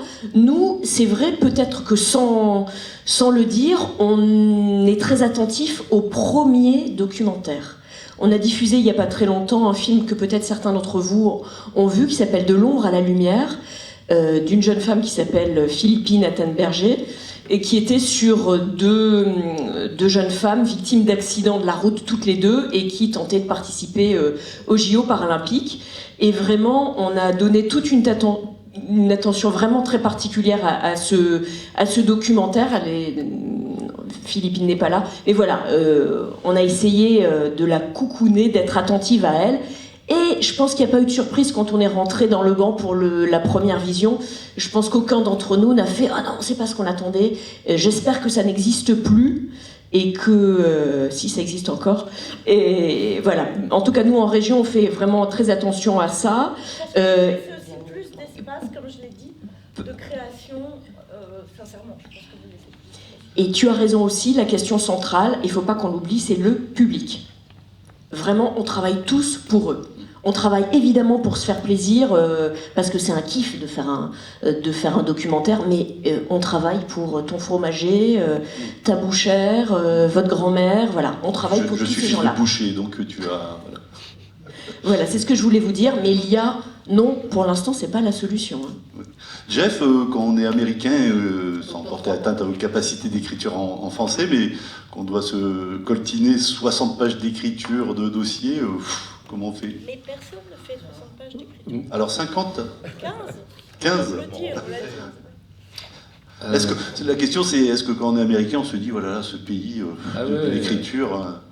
Pour moi, c'était un petit choc quand je suis arrivé en France et j'ai rencontré des producteurs qui disaient « Ok, j'ai besoin de notre intention ». Je pense qu'il y a aussi un autre style d'écriture qui est plus, si je peux le dire, un peu plus intellectuel, un peu « moi je sais tout, je saute tout sujet » et j'ai l'impression que dans les dossiers, ça, c'est un truc vraiment très important dans les dossiers d'écriture en France. Voilà. Et c'est un autre goût, c'est une autre texture que moi, j'ai pas l'habitude, on va dire.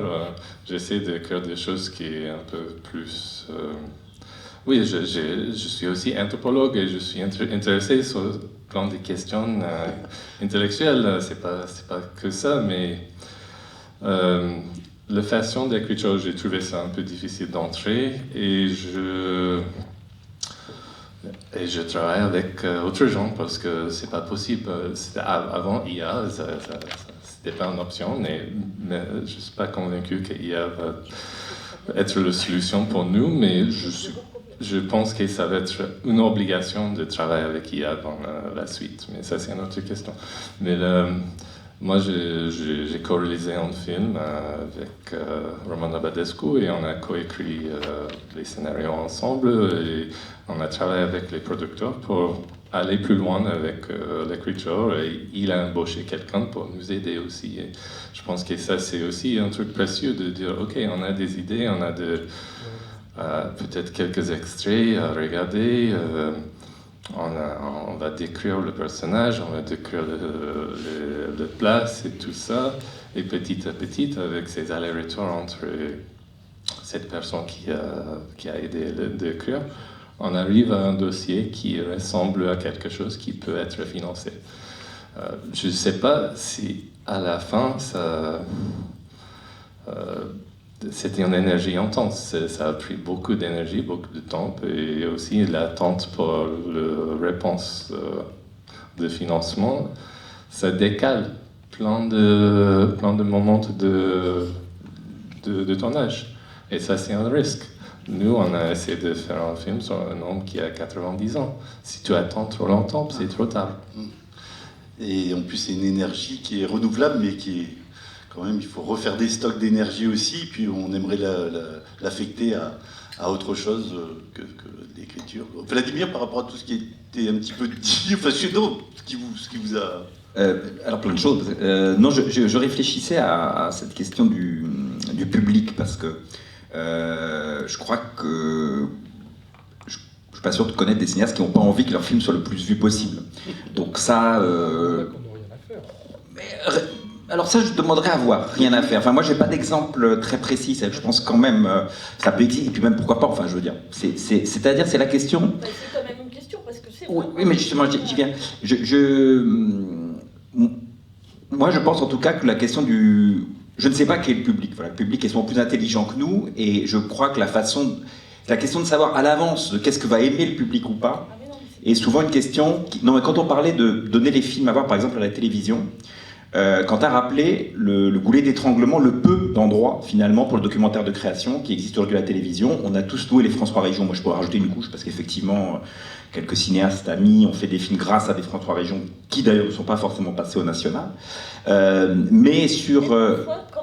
Parfois oui bien sûr, voilà, là il y a un système vertueux, mais par exemple je trouve qu'une célèbre chaîne franco-allemande que je ne citerai pas, sur le tout venant de la production, bien sûr il y a la lucarne, enfin comme tu le rappelais, c'est très restreint.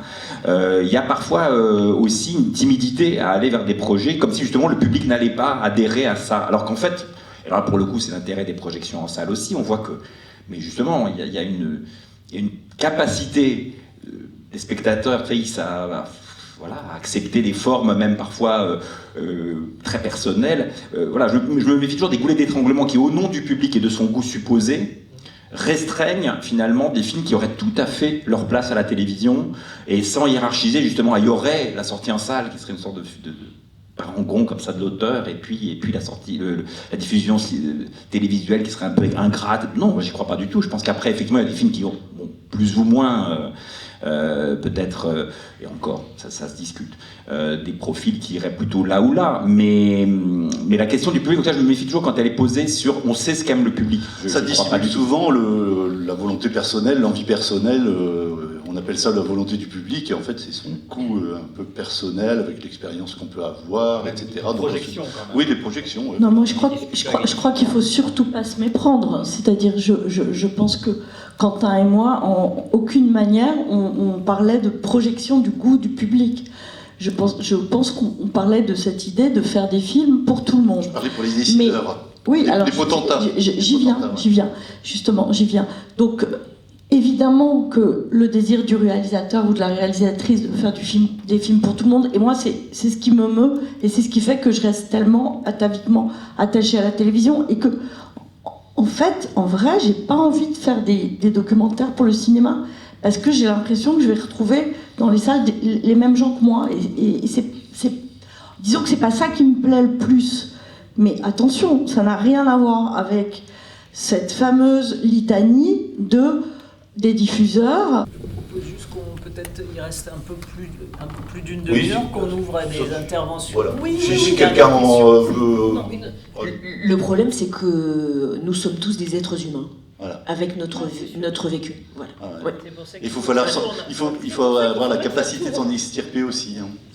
Quand on est décideur, c'est une qualité aussi. Voilà. Dans le public, si quelqu'un veut besoin, alors comment on fait? Je passe allez, je vais faire le... Non, je vais.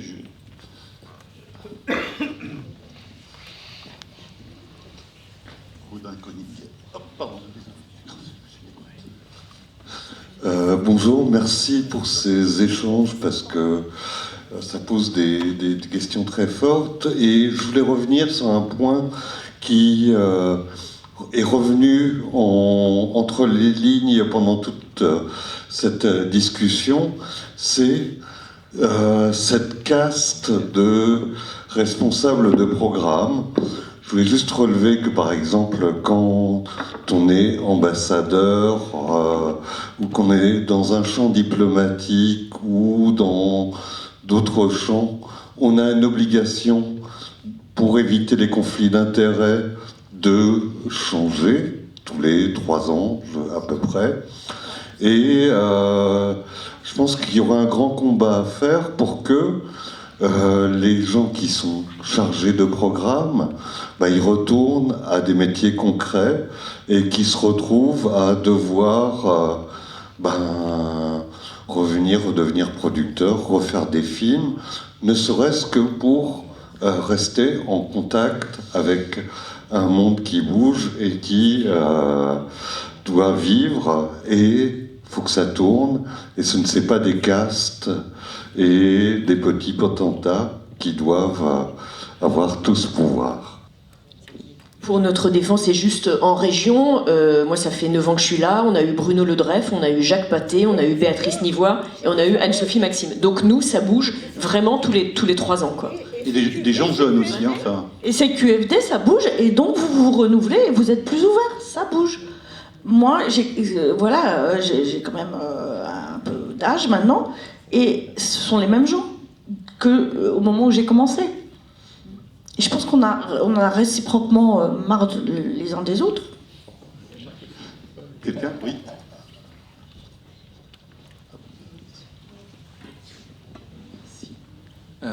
J'entends, et la discussion est très intéressante. Après, est-ce qu'on ne se trompe pas aussi de problématiques? C'est-à-dire que vous avez mis le doigt sur l'étranglement et l'effet Goulet. C'est-à-dire qu'en fait, on arrive aujourd'hui à très peu de documentaires diffusés.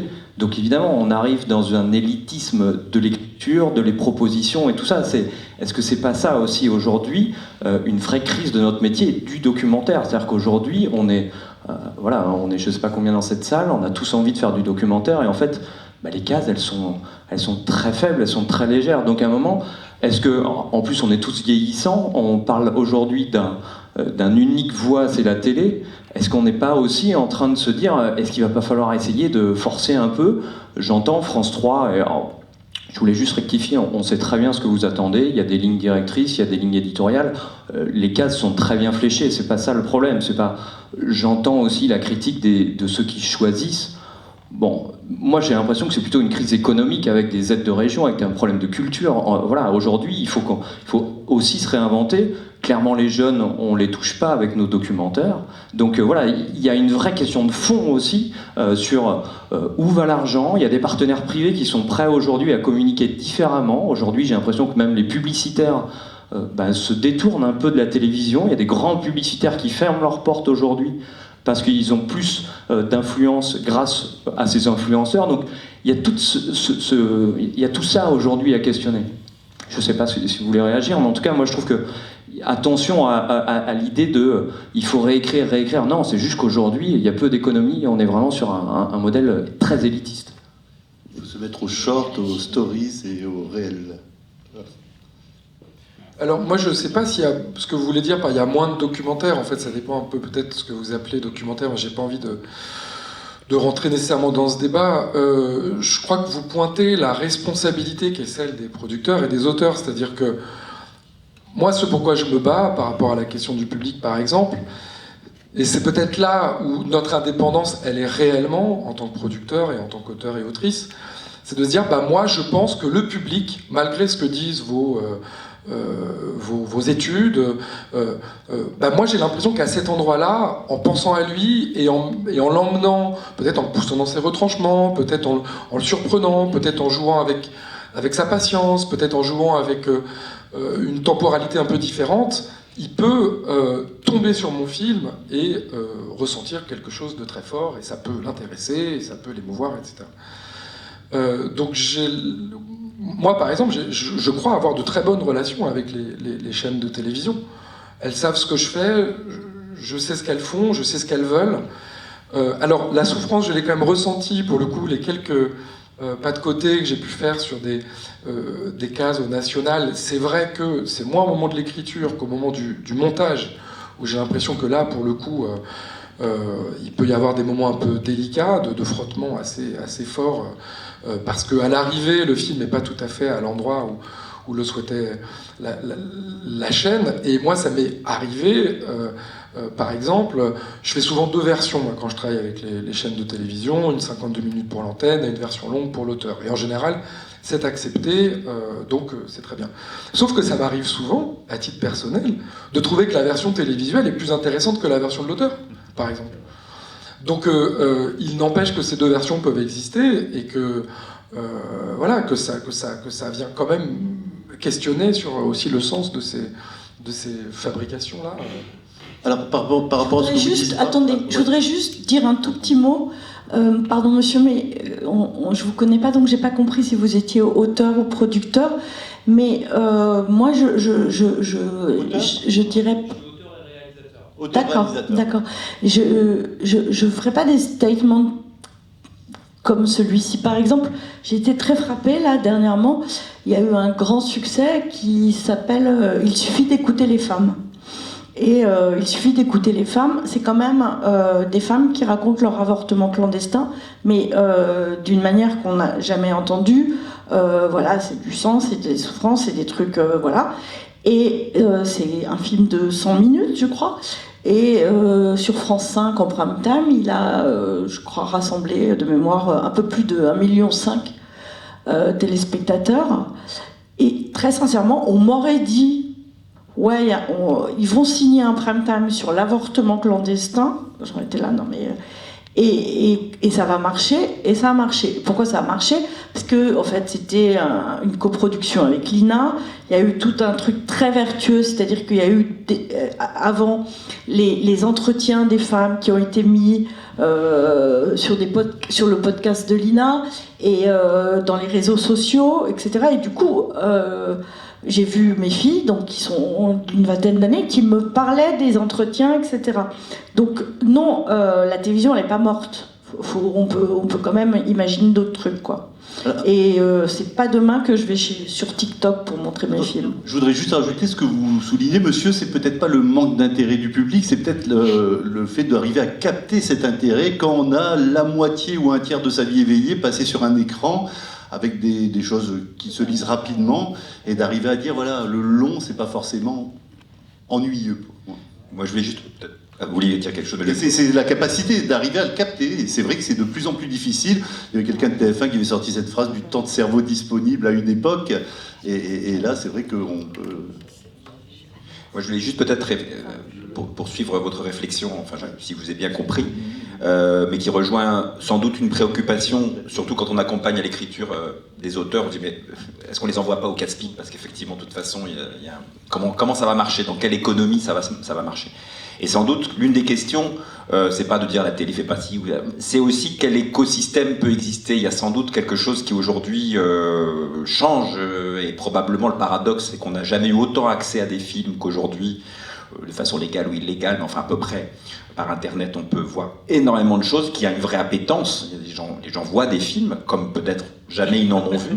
Donc il y a une réalité qui est là, d'une curiosité pour les films, d'un public, etc. La question, c'est effectivement comment ça peut exister aussi économiquement. Et là, je pense qu'il y a sans doute des modèles qui sont à interroger. Le modèle de la sortie en salle, avec la billetterie CNC, etc., bon, qui a une légitimité aussi, qui, rappelons-le, permet au système d'exister. Enfin, quand même, là aussi, le CNC est un système vertueux, puisqu'il il est financé par les salles, par la billetterie.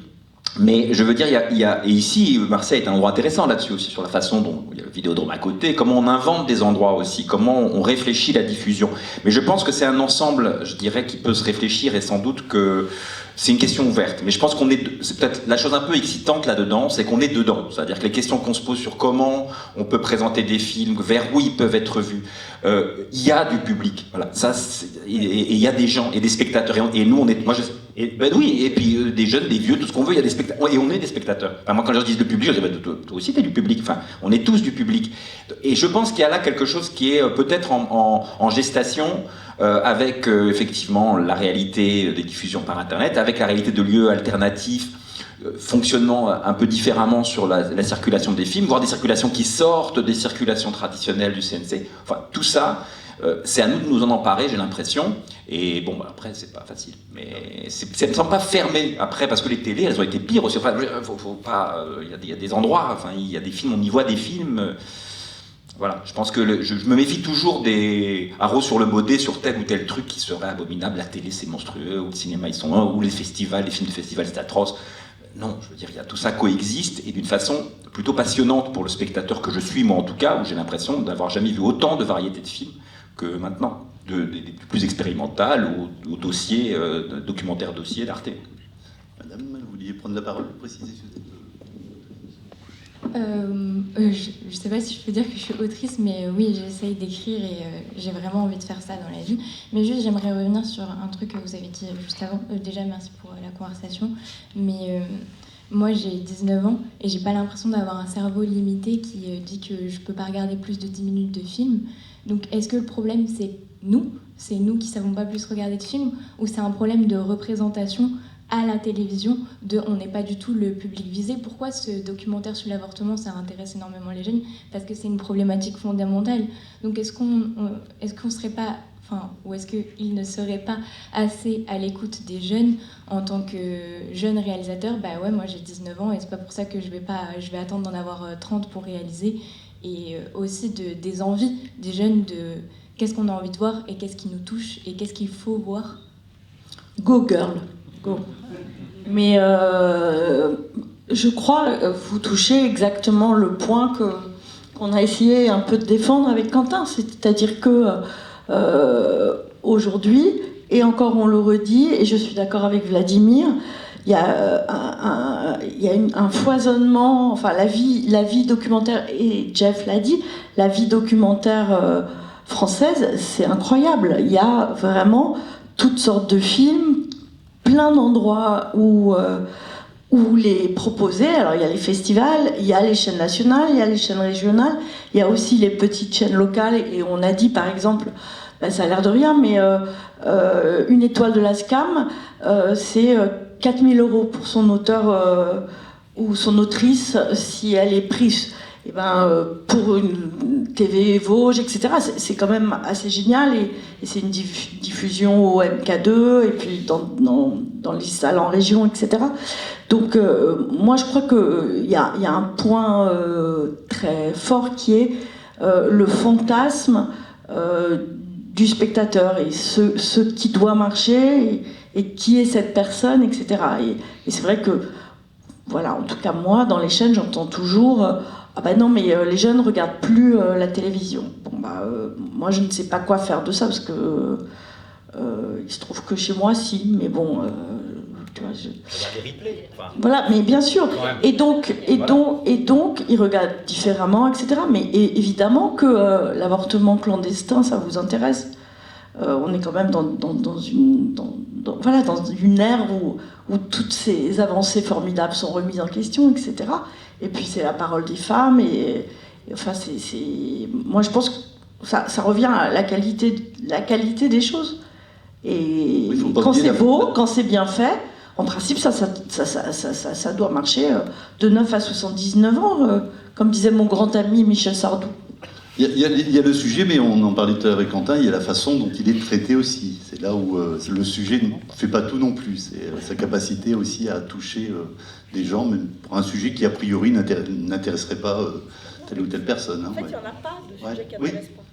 Oui, et puis quand même, Virgile disait, il y a, quand je disais les possibilités s'ouvrent. La télévision, ça n'est pas que le flux, hein, on le disait, il y a aussi quand même les replays, même parfois les plateformes vont inviter des projets dont ils savent que c'est pas forcément le meilleur endroit que de montrer en flux, mais donc je pense que tout ça est amené à se développer et ça marche. Enfin, à ma connaissance, enfin, les chiffres des replays d'Arte, par exemple, sont remarquables.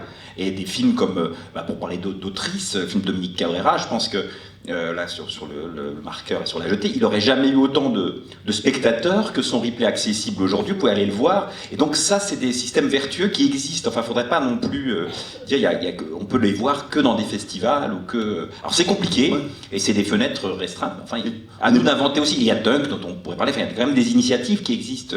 Il faut les poursuivre. Il y a des outils. Internet en est un. On n'est plus envie d'être à 20h30 précise devant son écran de télé. Si on a envie de regarder à 2h du matin, voilà aussi, ça c'est le choix qui offre les replays. Voilà. On a épuisé le débat. Mais moi je veux bien juste continuer sur ce rapport au diffuseur, c'est-à-dire que moi je considère que mon endroit de résistance c'est de continuer à porter des films, qu'ils aient ou non l'attention des diffuseurs nationaux argentés, dans une relation de coexistence, même de sympathie. Moi, je ne suis pas distributeur, je ne suis pas diffuseur, je crois dans les films que je fais. Et puis certains d'entre eux, au-delà des festivals qui sont aussi des endroits ça peut poser question, disons, de faire des films avec des dizaines de milliers d'euros qui vont être vus par quelques personnes dans une salle de cinéma. Mais certains d'entre eux aussi, après des carrières festivalières, peuvent se retrouver avec des sorties salles, avec des achats Canal+, Arte, France Télévisions. Donc nous, notre endroit de résistance, en tout cas, il est celui-là, et ça, c'est possible parce qu'il y a cet écosystème hyper puissant quand même du documentaire en France. N'oublions pas l'intermittence du spectacle. Donc, ouais. Un producteur content. Non, mais c'est vrai que en dépit du fait que ça se renouvelle pas tellement, il y a quand même il y a quand même une oreille, il y a quand même une appétence, il y a quand même une curiosité chez les diffuseurs qui est étonnante et qui, à mon avis, rare. C'est-à-dire que je pense qu'il y a très peu de pays comme ça où, là, je sais pas, on est en discussion sur un projet très personnel, et ce serait un projet de France Télévisions, de Prime Time, et ça m'étonne même que je me retrouve à écrire ce truc-là, quoi. Donc, oui, il y a, je crois, y compris chez les diffuseurs, et je te rejoins, il y a cette conscience quand même réelle qu'il y a quelque chose un peu unique en France, et qu'il faut le préserver, et que ça marche, ça fait des bulles, etc. Bon. Mais après, on ne peut pas faire comme si France Télévisions aujourd'hui est soumis à de très grosses pressions de la part du pouvoir politique, pour l'audimat, pour... voilà, c'est un vrai enjeu aussi politique, et donc c'est pas juste la faute des diffuseurs, ils sont aussi soumis à des vraies pressions sur ce qui doit marcher, ce qui doit pas marcher, etc. De manière très, je pense, assez dirigiste de la part de l'autorité publique, même si on n'est plus autant de l'ORTF. Il y a un ruissellement des restrictions budgétaires. Ah oui, non mais ça on n'en a pas parlé, mais bon, ça... Ben, juste pour rebondir, je dirais aussi bien sûr qu'il y a une dimension politique, je pense, qui est là et qui a posé problème dans notre région dernièrement. Alors moi j'avais une question, pardon, hein, je ne suis pas exactement tout ce qui est dit, mais pour revenir à la question de l'écriture et de la sélection, alors je m'adresse peut-être plutôt à madame donc pour France Télévisions. C'est vrai que moi personnellement, comme beaucoup de personnes ici, en tout cas j'ai pu répondre à des appels à projets, Made in Doc, et c'était quand même, je trouvais très intéressant aussi de pouvoir proposer de nouvelles écritures, des web-séries, de réfléchir justement sur comment on peut raconter peut-être autrement, et peut-être justement pour s'adresser à un public plus jeune, parce que c'est des formules sur des épisodes assez courts. Mais alors, moi, ma question, c'est plutôt savoir, vous, qu'est-ce que vous observez comme évolution à partir rien que de cette expérience de Made in Doc? Est-ce que finalement, les sujets, les écritures que vous sélectionnez, ça correspond en fait à des personnes qui ont fait des écoles, ou est-ce que c'est plutôt finalement aussi des journalistes? Est-ce qu'il y a un profil comme ça? Vous avez raison, il n'y a pas de profil. Ça peut être des très jeunes réalisateurs, ça peut être des réalisateurs bien plus capés, ça peut être des gens qui sortent d'école de cinéma, ça peut être des journalistes encore en école de journalistes. Donc c'est vraiment ça qui caractérise tous ces projets. C'est des profils complètement différents. Et c'est voilà, et beaucoup de propositions. C'est pour ça parfois que les choix sont terriblement compliqués, et pour nous aussi, et évidemment, c'est un crève-cœur de choisir parfois. Donc, il faudrait qu'on vous montre ces petits moments où on doit choisir. Parce que c'est vrai qu'il n'y a pas... on réfléchit toujours à l'impact des écoles de cinéma ou de la norme, la normalisation. Est-ce qu'elle vient à un moment dans l'écriture de la formation, des exigences des producteurs Enfin voilà, il y a plusieurs filtres. De tout ça à la fois. Mais c'est vrai, en tout cas, pour ce qui est...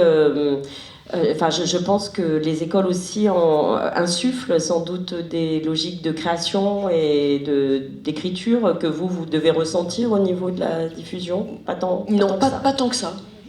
Pas tant que ça. Je ne sais pas ce que vous en pensez. Est-ce que les écoles, elles insufflent des directions ou des formatages? Je peux pas répondre, j'ai pas fait d'école de cinéma. Oui, je peux vous dire une chose simplement sur quand même étant intervenu dans plusieurs endroits, donc à l'école documentaire à l'USAS, à la FEMIS également. Mais les formatages, ils sont partout. Enfin, j'ai envie de dire, on est formaté, on formate, on a du goût. On peut dire aussi qu'on partage du goût, qu'on partage un regard. Donc forcément, après, oui, et on voit bien aussi dans les festivals des périodes, il y a des modes, dans les dossiers qu'on lit. Alors à d'époque, il y a forcément de l'animation, à d'autres époques, c'est forcément un projet hybride, etc. Bon, docu-fiction, vraiment, voilà. Donc oui, on est tous, comme je dis, on est tous humains, donc on est tous traversés d'influences, de choses. Après, ce qui fait qu'à un moment donné, il y a cette rencontre miraculeuse entre une autrice, un auteur, une idée de film, un moment où ça se passe, et soudain, ça ne nous appartient pas. Après, tout ce qu'on peut faire, c'est d'essayer au maximum de faire que les systèmes aident à ce qu'un regard particulier, une originalité se déploie, quel que soit le médium, quel que soit l'endroit. Et on peut faire de la bonne télé, on peut faire du bon cinéma. Enfin bon, et encore le terme est mal choisi. Je dirais en tout cas qu'on peut croire que cette chose qui nous émeut dans les films, c'est trouver ce regard. Et ça, c'est toujours compliqué. Et on est tous formatés. Moi, je vous parle, je suis formaté.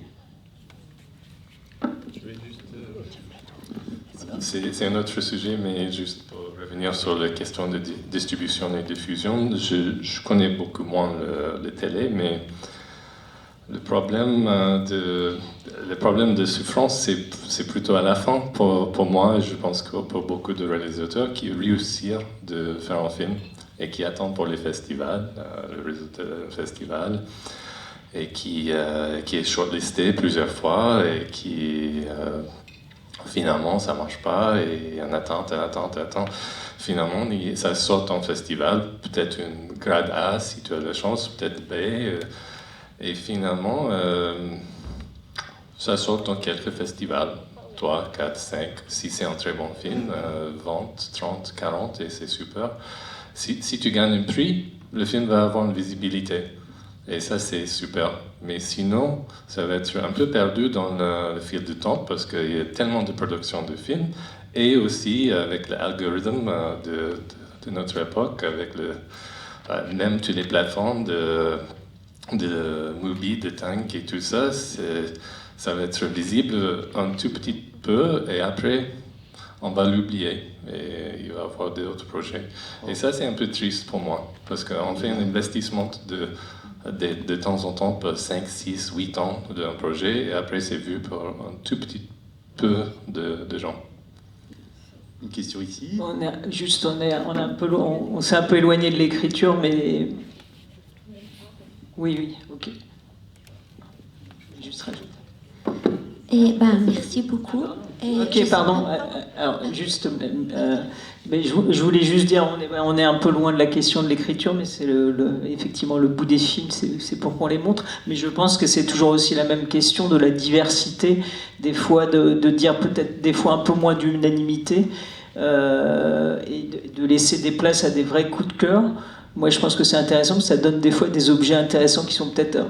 Je parle sur de la fiction, 2 expériences que j'ai eues, un court-métrage que j'ai fait il y a des années et qui a été pris au Festival de Grenoble, et leur principe de sélection, c'était de dire, il y avait des films qui faisaient l'unanimité, mais chacun avait droit à un coup de cœur. Et du coup, je trouvais qu'au lieu de voir toujours les mêmes documentaires ou machin ou trucs bidules, tout d'un coup, il y a des objets qui sont peut-être imparfaits, mais tout d'un coup, il y a autre chose qui peut exister.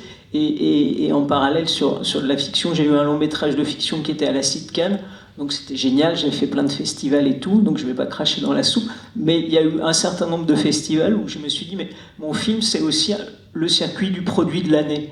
Et moi, ça ne m'intéresse pas, je fais des films, j'aurais préféré peut-être faire moins de festivals, avec plus de temps pour rencontrer les gens, etc., même si les gens ont choisi. Et je pense qu'il y a une diversité et peut-être ces endroits de coup de cœur où on s'autorise tout d'un coup la question du désir, d'une rencontre de quelqu'un qui dit « Ah ben moi, je lis ce projet, j'y crois », et qu'il y ait des cases pour ça, je pense que ça serait vraiment important. Ouais, mais ça c'est vraiment une très très bonne idée pour les commissions. J'ai une question. Oui, je vais vous donner la parole, mais je dis juste que je pense que par exemple à la commission des étoiles aussi, on a un coup de cœur, et ça permet ça. Parce que ça permet le film qui ne fait pas l'unanimité. C'est juste ce que je voulais dire. Je vous écoute. Merci. Je voulais demander, parce que vous avez dit qu'un réalisateur, ça ressemble à un boulanger. Et du coup, je me demande, est-ce que vous pensez vraiment que faire des films, ça ressemble plutôt à être boulanger ou entrepreneur, plutôt qu'un peintre ou un musicien? Parce que quand j'écoute Wadji Mouawed sur Collège de France, et il parle du rumeur, de l'aurore, de tout ce côté mystique, je me dis, oui, ça je comprends, j'aimerais faire ça, c'est pour ça que que je souffre tellement pour ces moments-là. Et quand je suis dans des discussions comme ça, ou quand je parle à des producteurs ou des gens qui sont de l'autre côté, j'ai plus envie de faire des films, parce que je ne suis pas entrepreneuse.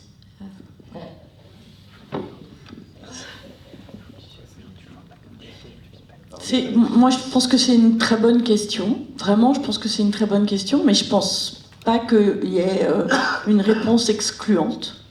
C'est-à-dire que c'est ce qu'on a essayé de montrer. Je pense que vos films peuvent faire rêver comme d'autres.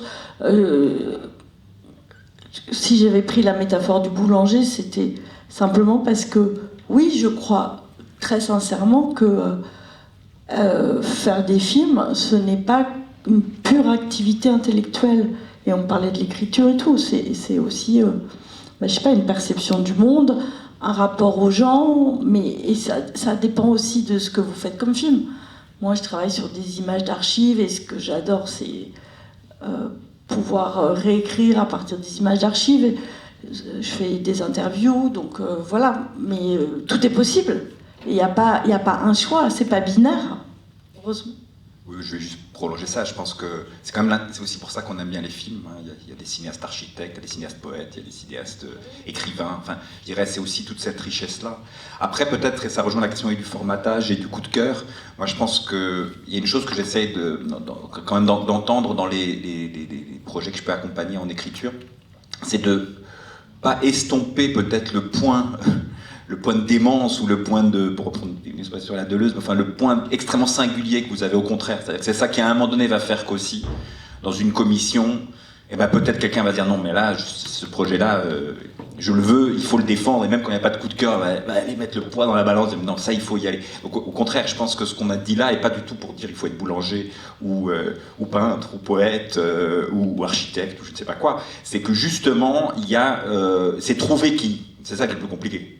Presque trouver, et du coup trouver l'adéquation entre la façon dont on présente un projet, c'est les incohérences qui passent pas en général dans les commissions. Si vous écrivez un projet de boulanger et qu'on lit un projet de poète, alors on va dire oui ça marche, mais on a besoin de comprendre comment. Peut-être parfois les images vont nous aider à comprendre comment on peut faire un film de boulanger et de poète, ce que je pense tout à fait possible, c'est pas la question. Mais c'est cette cohérence interne des projets qui est la chose à trouver, et c'est ça qui fait qu'à un moment donné, on vous accompagnera, on vous suivra, ou parfois pas. Enfin, tout ça est tellement volatile, encore une fois, si on avait des recettes, ça se saurait, quoi. Au fond, on a toujours le temps, on en profite. On a encore le temps de dire 2-3 mots. Moi, je voulais juste vous répondre qu'effectivement, on est quand même dans un écosystème très très précieux, très très riche, dans lesquels il y a la possibilité d'une coexistence de projets très très très très différents. Vous avez un certain nombre d'aides. Alors c'est vrai que c'est plutôt des aides publiques. Bon, il y a aussi l'exemple de la lucarne, mais qui est quand même très très marginal. Vous avez là en région sud une aide à la production de films sans diffuseur, équivalent à 15 000 €, qui est pas très difficile à obtenir, de ce que j'en sais. Il y a les aides du long métrage, de court métrage au CNC avec un volet expérimental, par exemple. La première chose, c'est que voilà. Je ne sais pas quels sont les producteurs que vous avez rencontrés, mais il me semble qu'il y a de l'espace pour faire des choses assez inattendues. Et ensuite, on travaille quand même avec de l'argent public, donc ça n'est pas dû non plus aux auteurs que le système doive financer leurs films. Je ne veux pas du tout préjuger de votre travail, mais c'est aussi une chance, c'est un système qui à la fois fonctionne, à la fois est fragile et attaqué de toutes parts. Donc encore une fois, remettre la question du public à l'intérieur de tout ça me semble importante. Pour revenir à cette question peut-être de l'écriture, c'est vrai que moi là où je vois quelque chose d'un cercle vicieux à l'intérieur de tout ça, en repensant aux formations de documentaires en particulier, c'est qu'en fait, à force déjà, il y a une tendance un peu psychanalysante, je trouve, demander aux auteurs du côté de leurs intentions, c'est vraiment mettre les tripes sur la table dans le désir de film. Et du coup, le cinéma documentaire se charge, quand il veut se financer, d'une espèce de lourdeur, de gravité, de soucis extrêmement puissants, qui fait qu'on a peut-être en partie oublier une forme de spontanéité et une forme d'insouciance et de légèreté, et ça c'est un vrai truc. Il me semble que il y a 2 dispositifs. Alors en France, il y a l'aide au développement renforcé quand même, qui est extrêmement intéressant par rapport à ces questions d'écriture, parce que beaucoup de films aujourd'hui se font avec l'aide au développement renforcé, qui est une aide où en gros on peut faire ce qu'on veut avec l'argent qu'on nous donne. Et on n'est pas jugé sur le résultat, l'argent arrivera sur le compte du producteur, quoi qu'il en soit. À tel point que des régions y réfléchissent. On a par exemple l'exemple de la région Centre, qui a mis en place une aide au développement renforcé et qui essaye de voir jusqu'où est-ce qu'elle peut accueillir des projets, c'est-à-dire a-t-elle vocation à accueillir et à soutenir des projets en post-production sans créer évidemment d'inégalités de traitement entre les uns et les autres. Vous avez l'exemple de la Belgique qui soutient, alors il me semble que c'est l'aide à la fiction légère, c'est 200 000 €, avec les règles. Donc il y a beaucoup de documentaires hybrides, on va dire, qui est une forme assez à la mode, qui se servent de cet argent pour faire les films, où il y a une très très grande aussi liberté de création sur des finances publiques. Voilà, je voulais avoir un mot autour de ça. Une dernière question. Ouais, c'est pas vraiment une question, c'est plus une remarque. Pour revenir justement sur cette question de la cohérence dans les dossiers et de ce qu'il faut dire ou pas dire dans les dossiers pour demander des subventions, je pense qu'il y a 2 choses très importantes qui sont, d'une part, ne pas oublier quand même qu'il faut que le dossier et l'écriture aient justement ce lieu du plaisir et de l'expression d'un désir sincère, notamment parce que c'est ce qui permet ensuite, quand on est confronté au réel, de justement savoir ce qu'on va y chercher et y faire. Et par ailleurs, de faire quand même confiance aux lecteurs des commissions. Et là, je me permets de dire ça parce que je suis au CNC, à la SCAM depuis 2 ans, et du coup, je lis 25 dossiers par mois. Et pour le coup, même si on en a beaucoup, honnêtement, les dossiers sont vraiment lus sérieusement, et on est vraiment attentif, en tout cas dans ces institutions-là, à tout le travail qui est fourni par par les auteurs et les autrices. Et que justement, oui, par rapport à cette question de est-ce qu'on dit qu'on a tourné, pas tourné, en fait, moi, ça m'est jamais arrivé en 2 ans de commission de ne pas sélectionner ou soutenir un dossier parce qu'on devinait parce qu'il y avait déjà des choses tournées. Après, bien sûr, oui, c'est pas des aides qui sont destinées à non plus juste financer une post-production, mais voilà. En revanche, ça nous est arrivé de pas soutenir des projets parce qu'on sentait qu'il y avait un manque de sincérité et que justement on était perdu et que c'était plus cohérent, alors que si les auteurs avaient dit sincèrement en fait tout ça c'est déjà tourné et maintenant ce qui nous reste à aller chercher c'est ça, ou l'écriture elle va se faire au montage, peut-être qu'on aurait soutenu les projets. Et ça rejoint aussi la question pour moi de est-ce que l'idée est de bien écrire ou pas. Je sais que typiquement à la SCAM, à Brouillon d'un rêve, c'est absolument pas un argument de dire le projet est bien écrit, et justement si on dit ça, Lise Rowe nous dit direct non mais ce n'est pas la question, on n'est pas là pour soutenir des gens qui savent bien écrire, on est là pour soutenir des projets de films où on sent du travail, un désir et justement un film mais pas juste la capacité de bien écrire. Donc voilà, je pense que c'est important de se rappeler aussi qu'on est élu dans les commissions par des gens qui savent faire des films et qui en font aussi, et de leur faire confiance aussi, quoi. Mais je suis absolument d'accord avec toi. Merci, c'est rassurant. Je suis absolument d'accord avec toi.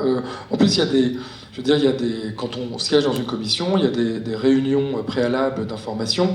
Et toujours, ce qu'on nous rappelle, c'est qu'on est là pour essayer de trouver des cinéastes, des regards, et qu'indépendamment de la question de la qualité littéraire du texte, c'est à ça qu'on est invité à faire attention. Ce sera le mot de la fin. Merci à tous.